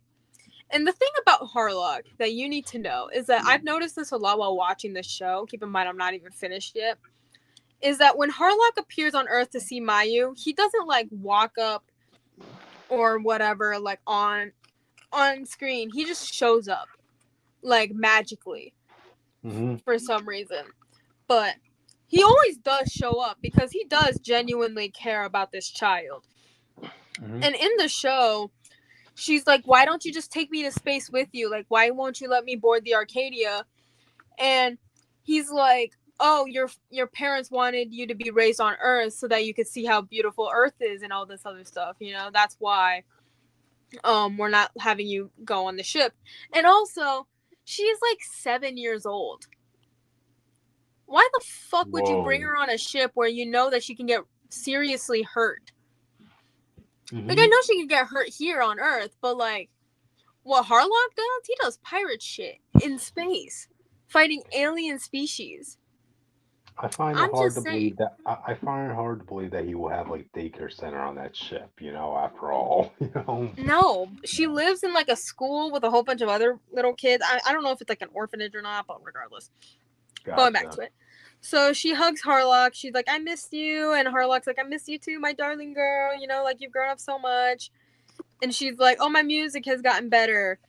And so Harlock has this bird thing, as you can see on his shoulder. And his name is Tori-san, which is cute.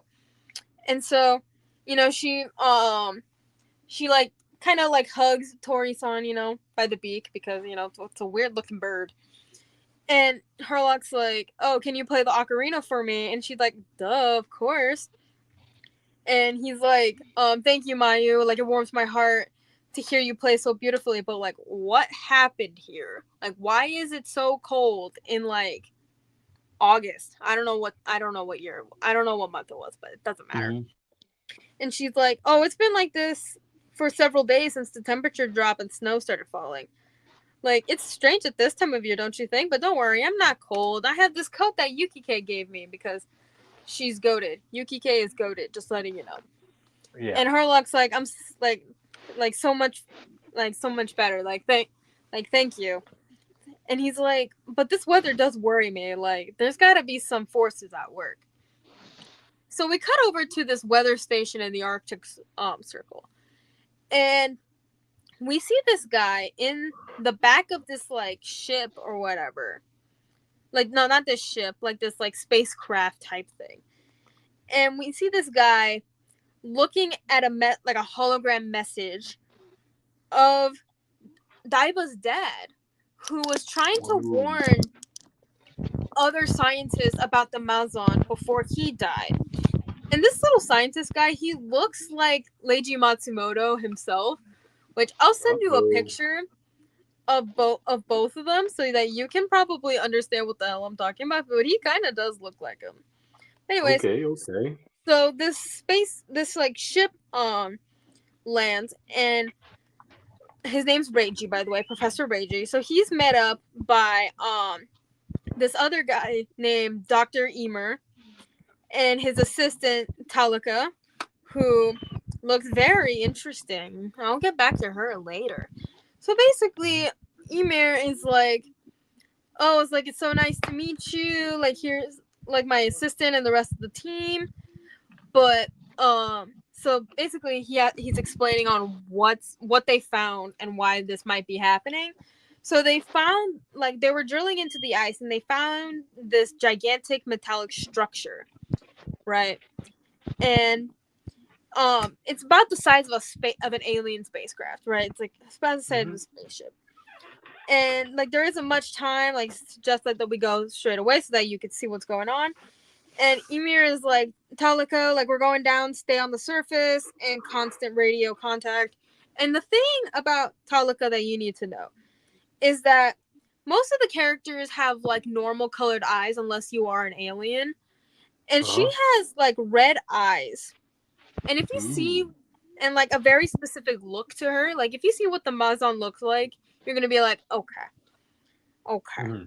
So we cut to Reiji and Emir like going into one of the holes that they drilled into, and they see these like weird markings on the walls of the ice, you know. And they keep going down. They go down, and then they see a bunch of these like women in ice and everything like that. And they can't figure out if they're like statues or anything. And Emir's like, oh yeah, like whatever they are, like these creatures have been trapped in the ice for millions of years, like long before since man showed up. Like we try to get them out of the ice, but their bodies burst into flames at the slightest contact of air. So that's interesting. They're definitely Mazon. And Reiji's like, women who burn like paper, like there is no longer any doubt Dr. Daiba's theories were true. Like these are like they are Mazon, right? And so there is another hole that they go in the ice through. Okay, no dirty jokes. Okay, so they go into another hole that they drilled in. And can you cut to the next picture? It should be of the. Sure, dude. Oh yeah, that was the one with Mayu. Sorry, my bad. I forgot that I had that picture. Go to the next picture. Okay. There you go. So we see this lady in like this glass box type thing. And she does look a little bit different from the rest of the Mazon. She looks like an ice-based supervillain from like DC Comics. Doesn't she look like one? I can't remember her name, but doesn't she look like? Oh yeah, she's definitely giving those vibes. Yeah. So Emir is like, don't you see like her size, her aura? Like this one isn't dead, but she's dormant, like without a doubt. And he's also like, we believe that the secret is written on these tablets. Like that's why you're here. You're here to decipher them. And Reiji's like, I'll do my best, you know. And he's like, on this first tablet, I can read that the sleeping Mazon was the first of its kind to set foot on the soil of this planet. Like her arrival did not take place here, but like somewhere in the Amazon, you know. Like I don't know why an ice-based Mazon will be in a tropical setting, but whatever. And so there started to be tremors happening, and one of the like around this like ice area that they're in. And so another tremor starts going while he is deciphering what these tablets say. And Emir's like we gotta go, Professor, like let's go. And he's like, no, I'm staying. Like we must prevent the Mazon waking up, like otherwise it's the end. Take the tablet and run. And Emir's like, what about you? And Reiji's like, if I can figure out what to do next, I might be able to prevent a catastrophe. Like the world is in danger, and Reiji stays while Emir leaves. And so someone pulls up and is holding like a blaster, right? Like a laser blaster behind them. And they're like, it's a black silhouette with red eyes, like red glowing eyes. And so we cut back to Ymir, who got out of the ice thing that they were in, and was like, "Oh, where's Talika? Like, I don't see her. Where is she?" And guess who pulls up behind Reiji? It's Talika. She's here, and she's like, "Okay, can you read me the last part of that message, Professor? The part about the secret of her destructive power?" And Reiji's like, "You're crazy. If I don't stop her from awakening, the Earth is doomed." And Talika's like, "I'll stop. Like, I'll let you stop the process if you tell me the secret first. Like, make up your mind quickly. There's not much time left." And so he does tell her. Not too long after they get blocked into the little ice area that they were in. And so Talika's like, "Thank you for these revelations, Professor. However, now that I know, I cannot let her sleep any longer," and blasts like the glass case that this giant ice Mazon was staying in, right? And so she frees herself from this ice prison, kind of. And so we cut back over to where Reiji was, and he's just covered in ice. Like, he's completely covered in ice. So Batalika's okay. And she's like, like, I think her name is Lafresia. I think that's what this ice Mazon's name, but she's tall as shit, by the way. And Batalika's like, "Oh, my revenge against you and your cursed people will finally be fulfilled. And you, Frozen Mazon, you don't know it yet, but you're going to help me by covering the world in ice. Like, help me, and I promise that you will find the ones you lost."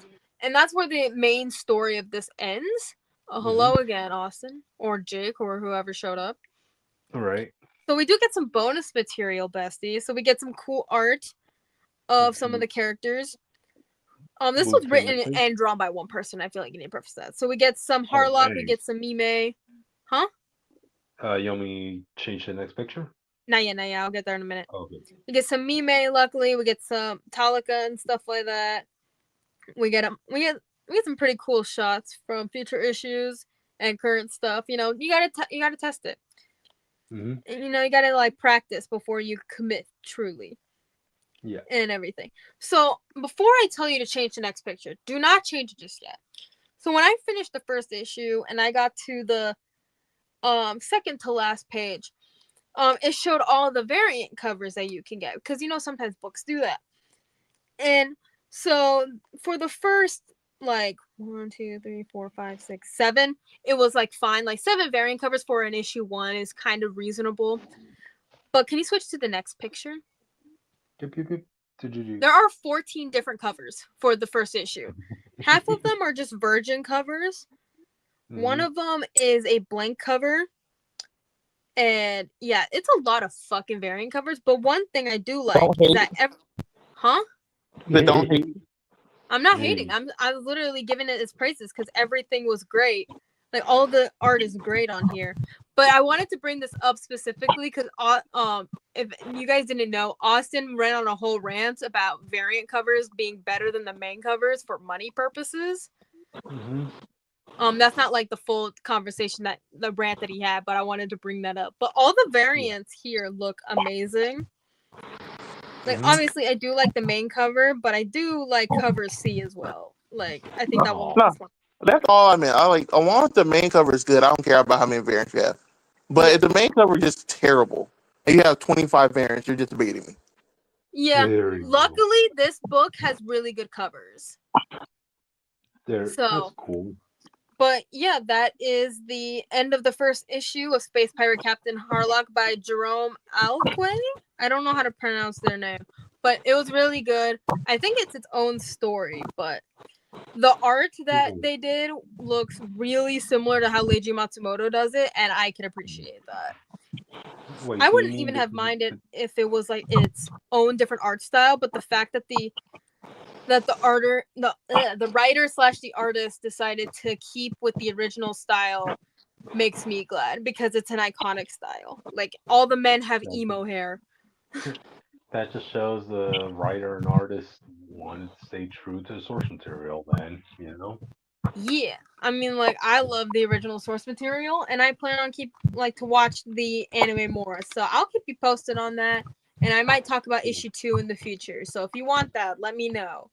Yeah, Cool. I won't need to talk about it. From what I heard, I've been going through it back in the background. From what I It's heard, I like it. good. I'll let you talk about more. I'm liking Captain Harlock so far. Like, it's an older series, but it's a really good series, and it gets into how like Leiji Matsumoto thinks and everything like that, and like his like philosophies and stuff like that, which was really nice. But I'm gonna wrap it up here because I know we got a couple more books. So Yep. let's get this show on the road. It's all Okay. critical. So let's move on to the next one with the superiority of Avengers. Shut up. I have to say that whenever I see the title Superior. Go ahead, also talk about it, man. No, you want to talk about it, so talk about it. Oh wow, man. I actually You told you want I didn't want to talk about it. You said, well, I still want to. okay. Well, okay, audience. This is fitting in with the One World Under Doom event, where hey, Doom looked at the Avengers, the current roster of the Avengers, with Sam and Carol and that stuff, and said, you know what, you guys suck, basically, especially you, Sam Wilson. I don't even acknowledge you as Captain America.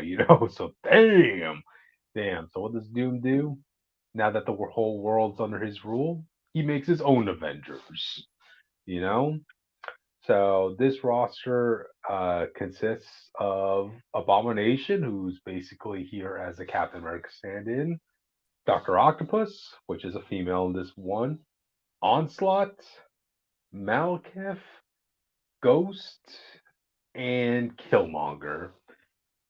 And you learn later on in this book, audience, that actually it turns out this was actually a project that Doom had his son working on, where he wanted to get future people from the future under his reign to kind of like spread the message.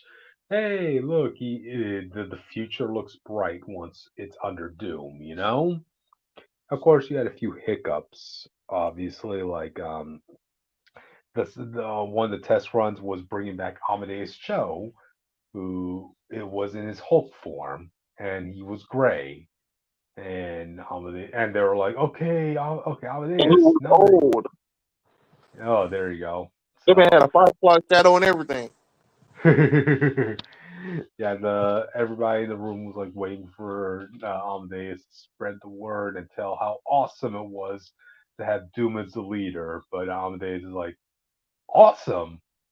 Are you freaking kidding me? So everything got fucked up because of this bastard. I'm getting it, So Doom just immediately vaporizes him. So yeah, through trial and error, this roster of people ended up being the best results that Doom's son could conjure up. And for the most part, they did rather well. I mean, randomly, a nihilist comes in with his army, and is laying waste to the world, only for the superior Avengers to come in and completely and kick the crap out of a nihilist and his army. So yeah, yeah. So let's see. They Let me try really to. fucked up not calling these books the infamous, like when he became Iron Man. Oh man, that would have been good. That would have been a good callback.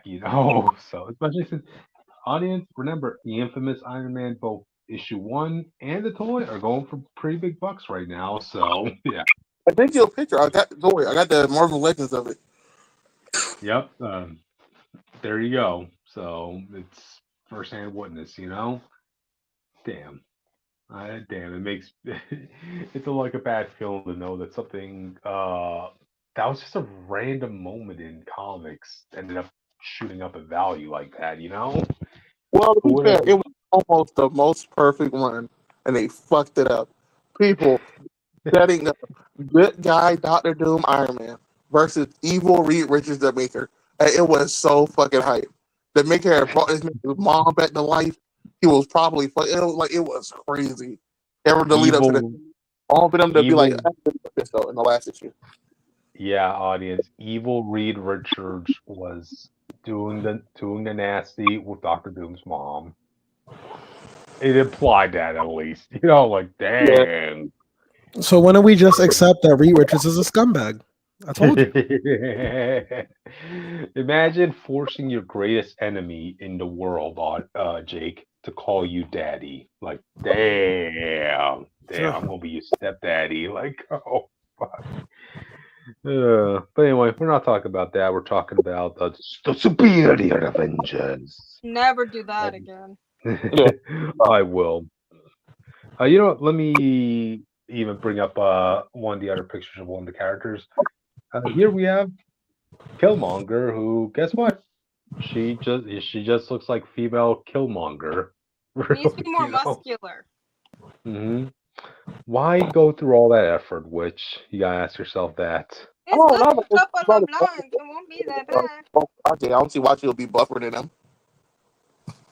Oh, okay, yeah, that does make sense on Austin's point. Why should female Killmonger be buffer than main Killmonger?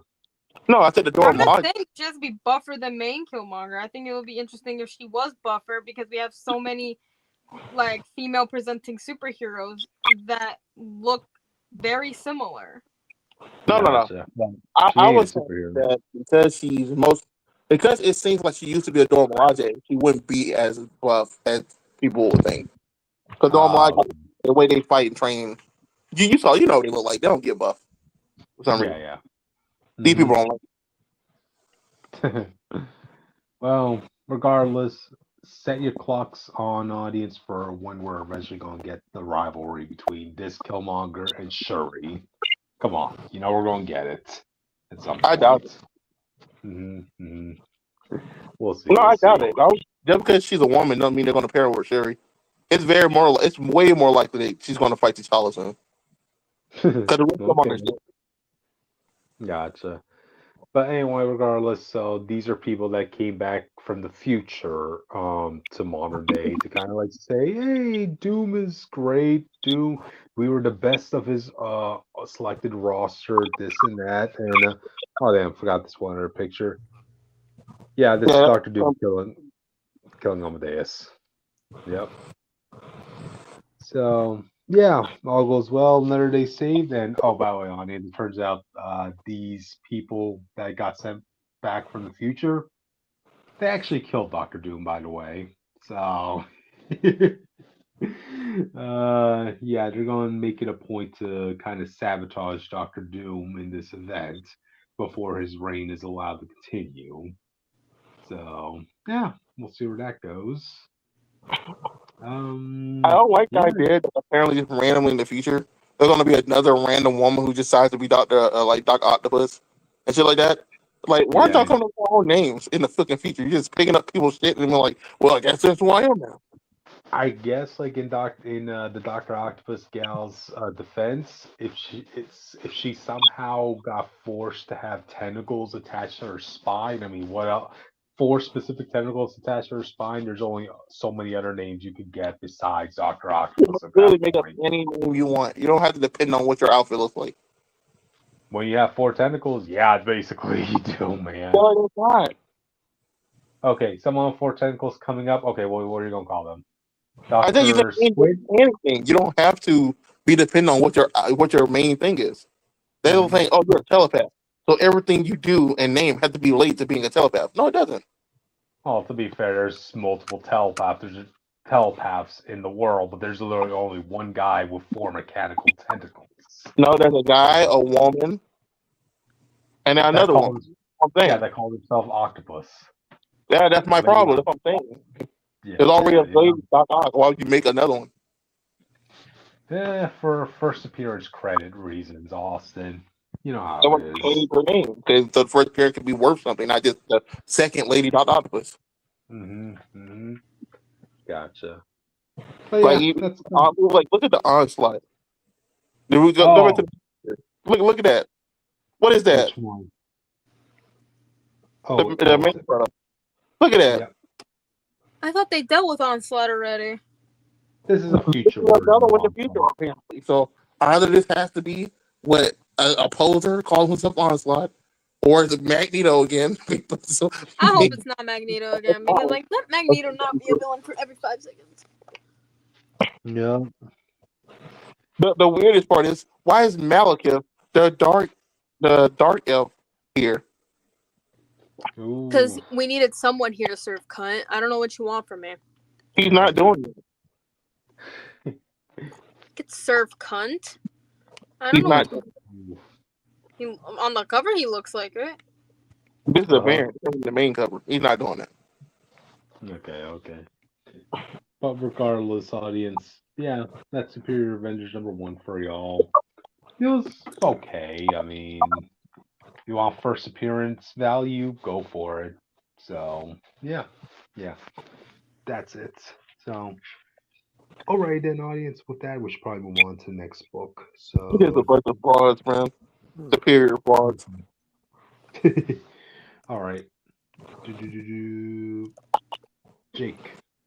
All right, welcome back to Voya Nui with our all new keychain evolved Toa Ignika, my favorite design team in the entire series.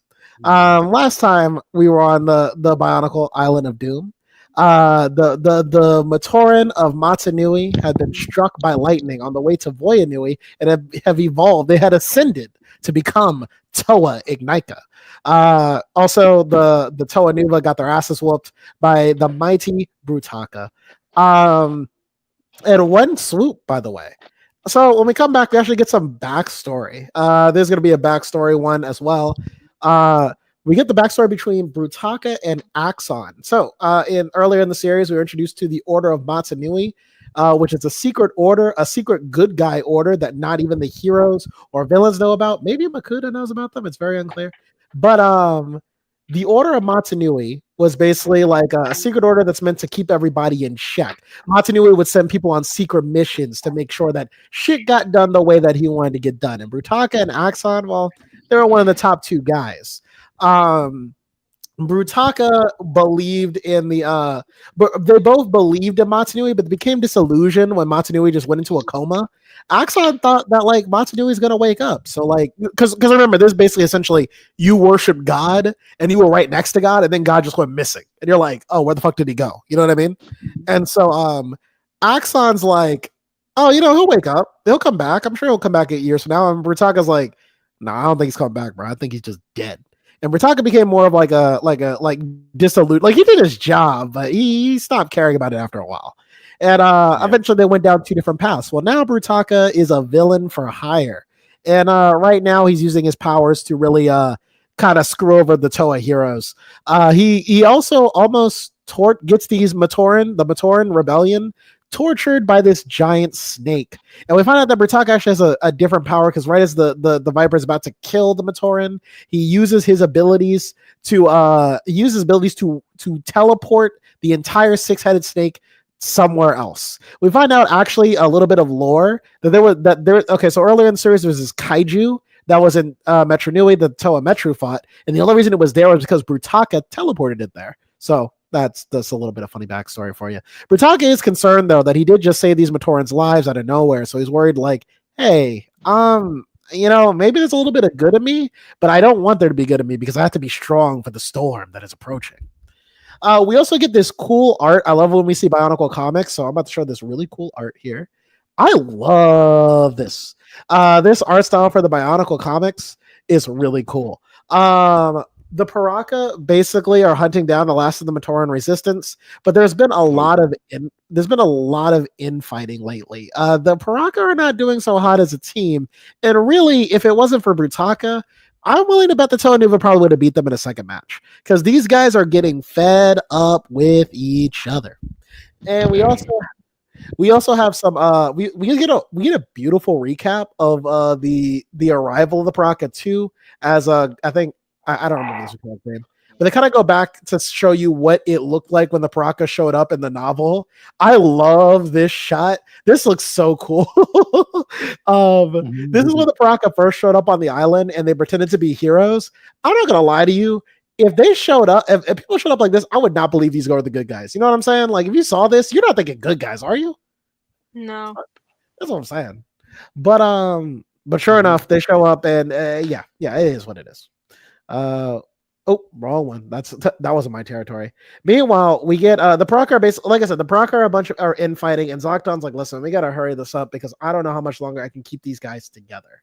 So we're gonna work as a team. I'm gonna speed this up, figure out how to make it work. But meanwhile, we cut back to our new Toei heroes. Again, this render looks really good. I really like this. I think this is from the Bionicle Heroes video game, which was the only video game based off the Toei Ignaica. Unfortunately, I had a lot of fun with the game, but it didn't really tell the story of this team, and I felt bad about it. We cut back to this Toa team, and we get some really interesting news. This is the most different Toa team of them all. First off, we get some actual cool developments. At this point, Jala is really anxious, and he wants to just go straight to work on finding the Toa Nuva. But Conger brings up that we don't really know the island, we don't know the situation. Let's take a step back and just plan things out. And Jala's like, no, we gotta go. And then Ollie's like, well, remember what happened when Vakama made that decision, when he told us that story about when he just kind of rushed into battle and didn't think about anything, and everyone got and then like the whole team got captured, and Jala's like, yeah, you're right. If we're not going to listen to their stories, there's no reason for them to have told us that. So Jala, unlike Vakama, chooses to listen to his team and slow down and decide to figure out what their powers are, what kind of Toa they are, that kind of stuff. This is when we find out something interesting.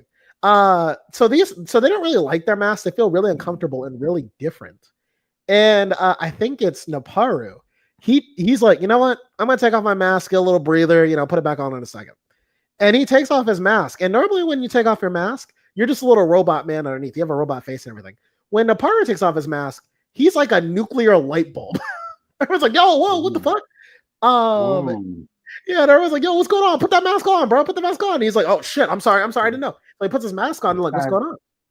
It kind of feels like their equivalent of Zorn from the X-Men, man. Like, probably. Yeah. So they're like, okay, what's going on? Well, and Jala's like, okay, listen, we're gonna figure this out, but let's go to a cave or something because I don't want us to like light up the sky and our enemies know where we are. And they're like, yeah, let's go. So they go to the cave. They try it out again, and they're like, the mask is like they don't have a face anymore. And they're like, and what's supposed to be where their face is, it's so bright they can't see the rest of their body. So they put their mask back on. And basically what happens is Madara touches Holly's mask. Let me feel that mask real quick. So as you know, Bionicles are metal mostly. They have like organic parts, but they're mostly metal. But when Mataro feels Holly's mask, they don't describe it like that because they don't know what this is. But it feels like skin. That's right. These are not metal masks. They actually have skin now, basically. What is a weird feeling? He's just like, I try pulling the mask, and the mask pulls with me. It bends with my touch. I try poking the mask, and my finger goes like a little bit into it, like it indents into the mask. It's like, holy shit, what the fuck? And so they're kind of scared of this, and they're like, okay, well, listen, what are we gonna do now? We're Toa. We probably have Toa powers, I imagine. But it's not like back on Metro Nui with the Toa Metro. Like they had a whole couple of adventures to figure out what they could do. How are we supposed to figure? It's not like we can just say like we want our mass powers to work and they work. And Nuparu, Nuparu says that and he starts flying in the air. It should be noted, if I remember correctly, Nuparu is the Toa of Stone and he has the power to fly. Already a weird concept. Speaking of the Toa of Stone.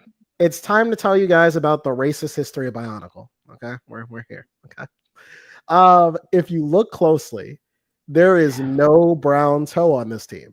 That is because the brown Toas never sold, so they stopped making brown Toa. So instead, they will make silver Toa. They have a white Toa and they have a silver Toa because they thought that would sell more. And I have even a question. Question. Are there any pink Toas or like purple Toas? No. Oh, maybe they should have done that. Maybe, this is why when it comes to color-based IPs, audience, brown is the worst color you can ever have. That's why you never have a brown Lantern. That's why you never have a brown Hulk. That's why you never have a brown Goblin. Well, or a brown Power Ranger. it So, was unfortunate because I actually like some of the brown Toa, like Anua. Oh no.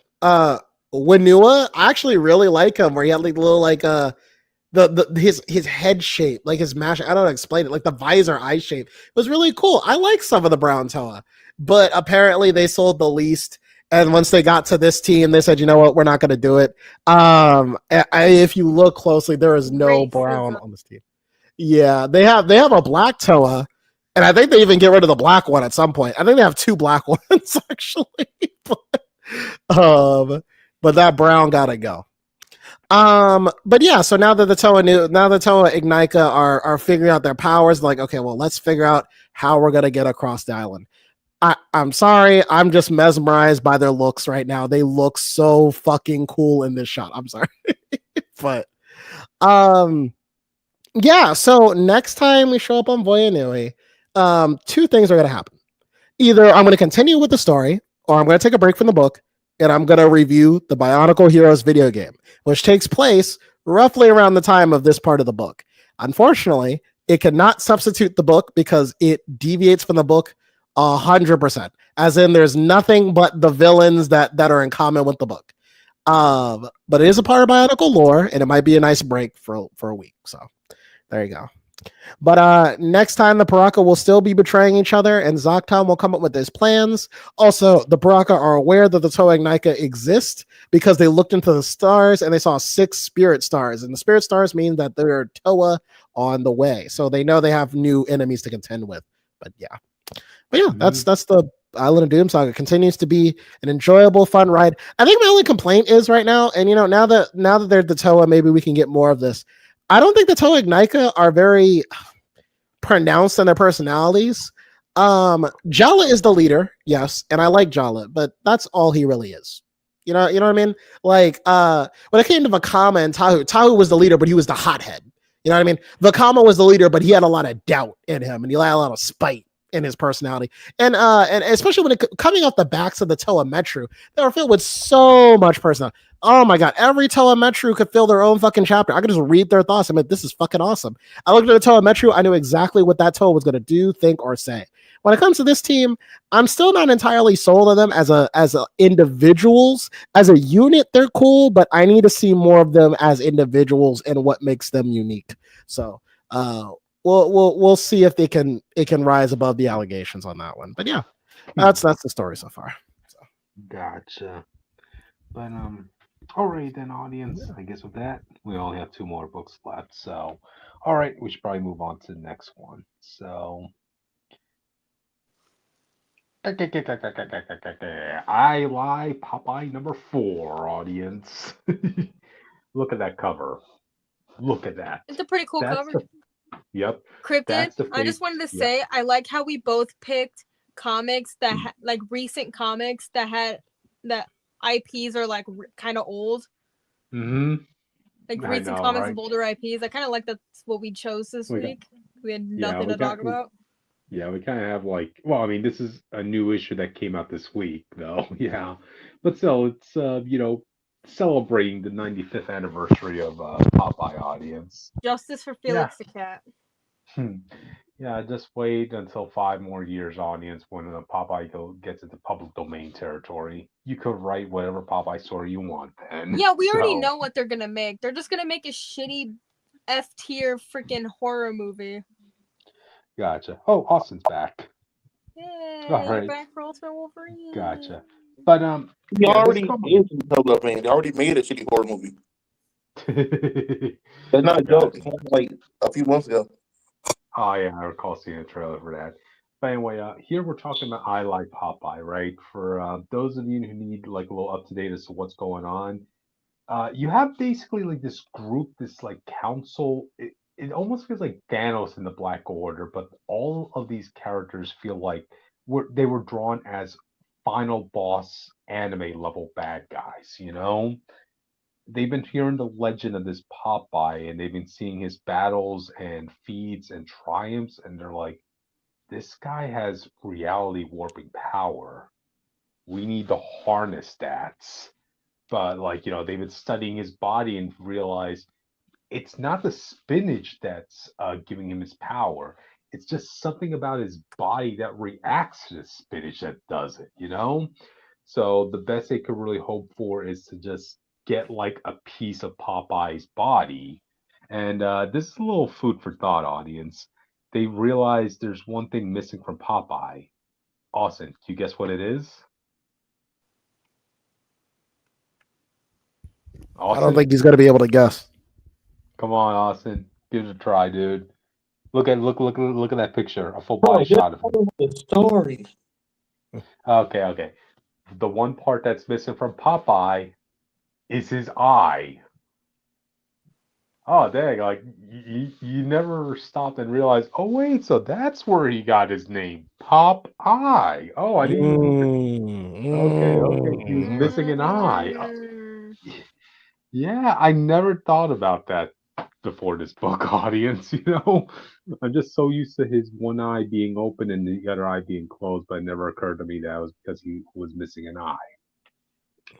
We don't get the story as to how he lost his eye. We might get it by the end of this run, hopefully. But until then, like all the bad guys are just going after Popeye, and like one by one, and they made it a point to actually kind of eliminate the spinach from the area. But yeah, some so yeah, this is going to be for now for the remainder of this story. It seems like Popeye is going to have to fight his battles without the use of his spinach. Can he do that? You got to ask yourself that. Can he fight without the proper greens in his system? He has to tap into his inner Goku. He has to realize he doesn't want them to destroy his world, bro.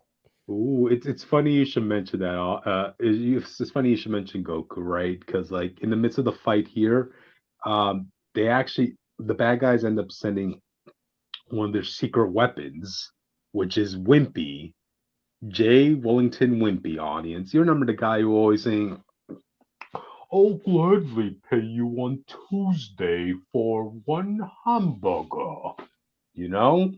Mm. So yeah, he randomly pops up here. He's in his pajamas. You come to find out that he's actually being controlled like a puppet from one of these final boss level bad guys, right?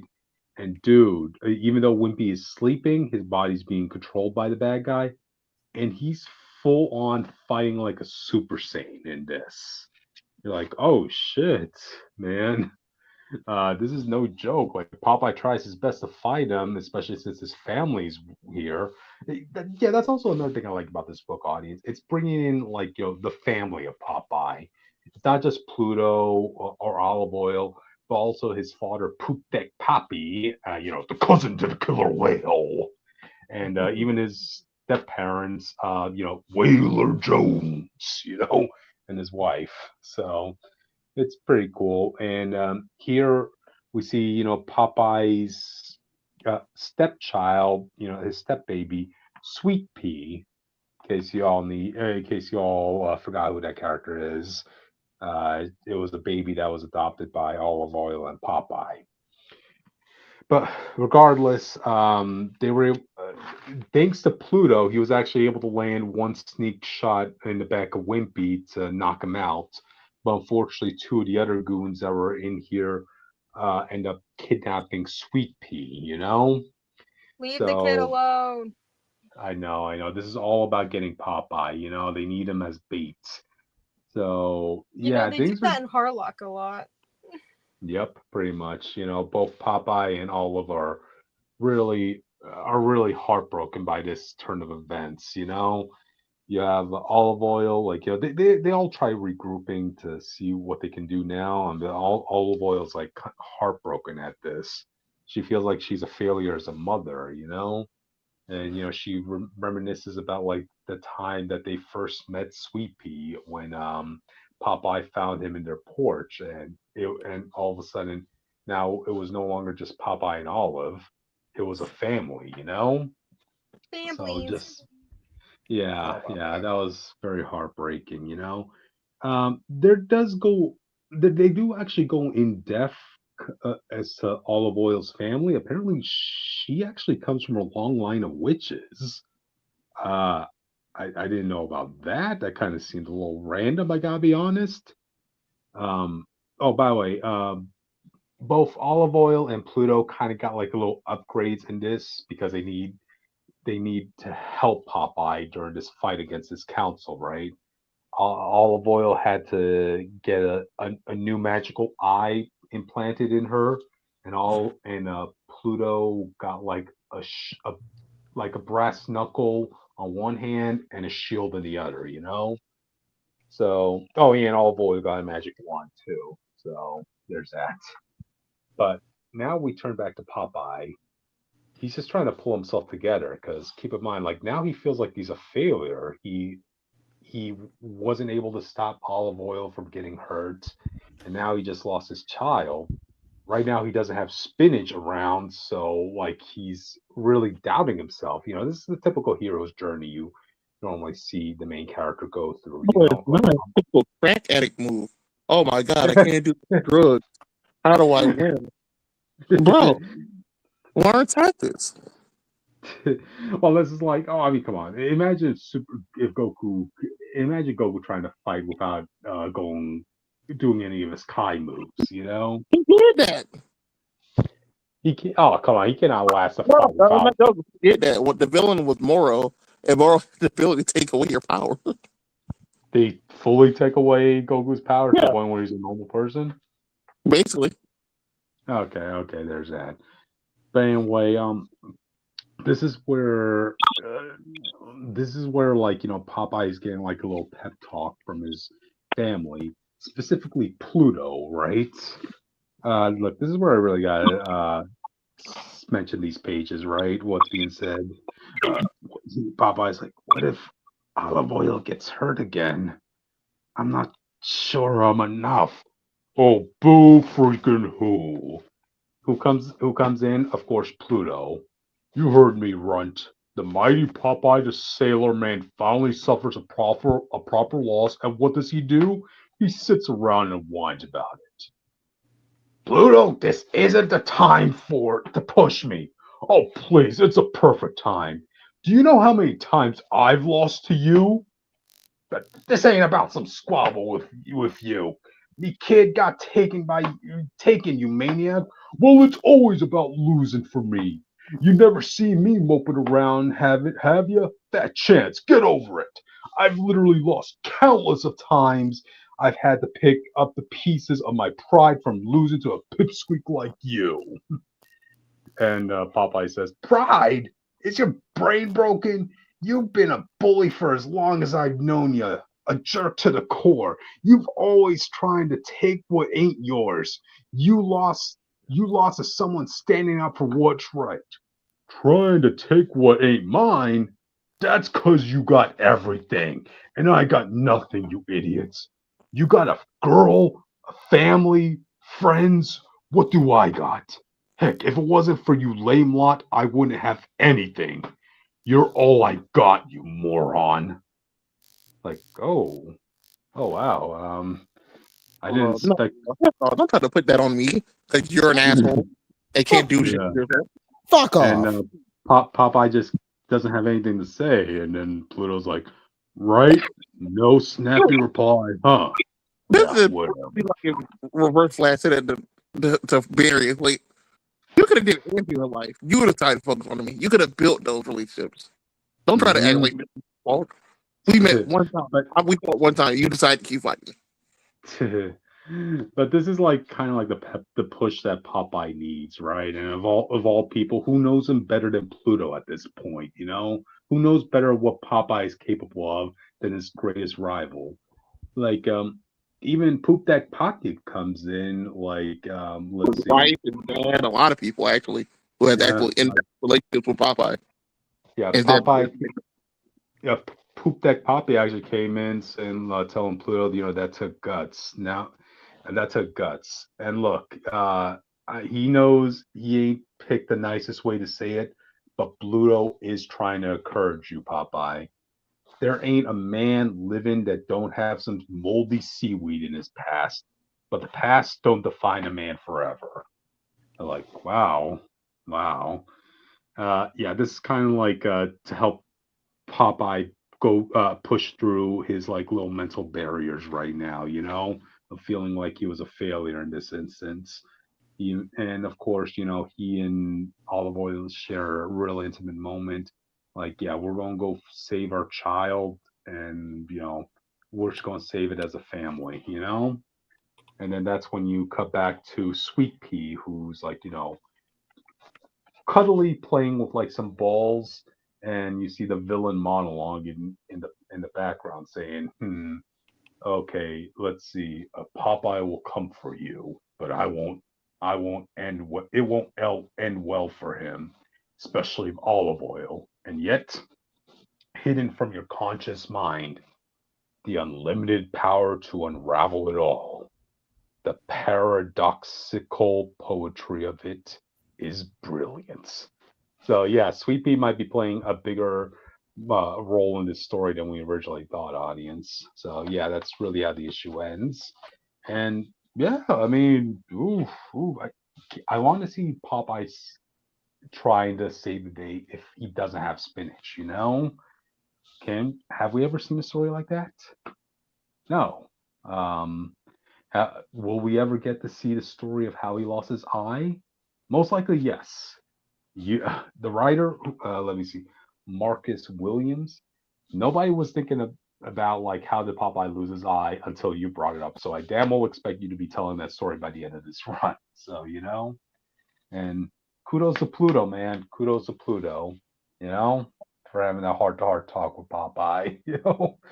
So yeah, it was a good issue. Can't wait to see the next one. Man, look at that face in the cover, audience. You know what that face says? I'm here to kick some yams and eat some spinach. And right now, Finish out, there man. ain't no spinach. Well, there isn't any spinach because he dumped it out the can. How about you eat it? Looks like an idiot. Oh, I need help to fight before the spinach out right before it. Right. You think I need spinach to kick your yams? It's like if Goku was injured, he's like, I got some. It's like he had his bag of sensu beans and just threw it away. Like, what are you doing? Eat the sensu beans, you fool. You think I need a sensu bean to beat the crap out of you, Jake? Bam, That's your one power. No, but yeah, again, I love how this story is just also including all the expanded family lineup of Popeye. So yeah, they're all going to be contributing to this one way or the other. So yeah, that's really it. So all right, then move on to the last book of the night, audience. Go ahead. Ultimate Wolverine #4. As you see, he's fighting a polar bear because fuck you. Because he can't, apparently, because it's Logan. Polar bear in Western. This is what happens when he doesn't have his biggest arch rival Sabretooth to come in to the picture. He doesn't come in for another, 2 issues, I think. Not as far as Wolverine is a werewitch, so he has to replace him with another furry character with sharp fangs and teeth, That's a lie because he doesn't fight this thing at all. Damn, false advertisement. So continue on. No, it's the polar bear is in it, but he's not actually fighting. It's like a visual mental thing. Oh, okay. Same thing for Mickey. Okay. So the book starts off, you see a lot of different colors. So there's a green, orange, yellow, and blue. Except all of them are different doctors. And they're all trying to basically figure out what's going on with Logan. Because everyone knows something wrong with his last mission. Mm-hmm. And he starts convulsing and stuff. So they're panicking. They're trying to figure out what's going on. He pulls out his claws and starts killing the doctors. Oh, damn. Yeah, but at the same time, I need to preface this. We do get to see this wolf with claw marks on its face, and that gets to fight the polar bear. Dang, symbolism there. Jake, Austin, do you want me to show the next picture then? Of the slaughter? Yeah. Okay. Sorry, my cough is getting better than me. But the whole time, the wolf is wandering the forest. He meets the polar bear. It's a territorial fight. They're getting into it. As you can see by the picture on the screen, Wolverine's actually killing the scientist, this polar bear, and wolf fight. And Hmm. one of the doctors talk about how they cut his hand off, and you can see that person at the bottom of the screen with one Hmm. hand. But a female doctor walk in. Her name is a Russian thing. I'm not going to try to pronounce. I'm not. I'm be honest with you. But Come on, try it. Try it. no, Go on. Go on. he gets him to stop by saying, Prostovich, something around like that line. Okay, Prosovici. Which had the courage to say it, Austin, you know? "It's not about church. I'm just don't want to say it." Okay. But she says a cold phrase and it freezes Wolverine because just like Bucky, he also has some words and stuff in his head. Okay, okay. So it's not the same words. It was something else. But it freezes him as he is. They put the chains on him, and they're saying, "We need to learn. We got to find another way to control him." And she's like, "I'm not talking about sedatives. We're going to mess with his mind." And that's what he mess for her. Oh, next part. They lead him to the Phoenix machine. As you can see, is a chained up Jean Grey, and above her, the brain of Charles Xavier. Oh, So wow. Magneto, Jean, and I think it was two more Omega levels were taken out a long time ago. But Damn. I Oh, thought it was Phoenix. If you look at Jean, she's wearing like a full Phoenix outfit. Okay, you forgot to mention that we have the Epcot ball right before this panel. There was an Epcot ball looking thing. So this is Charles's brain up here, and that's the Phoenix. I feel like I need to preface that. I said that. Cool. Yes, Charles's brain up there. That's the most useful this man has been in years.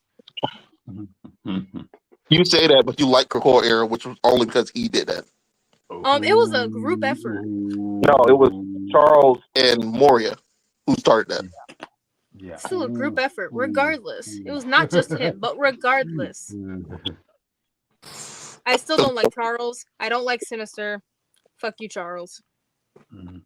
Yeah, we get to see his cerebro before this and all that, but the main thing was they're using the powers of Magneto, of Xavier's brain, and a Phoenix who they have hooked up here. They have her, basically they're keeping her alive with the bare minimum of stuff they can use, so she can never have enough strength to do anything.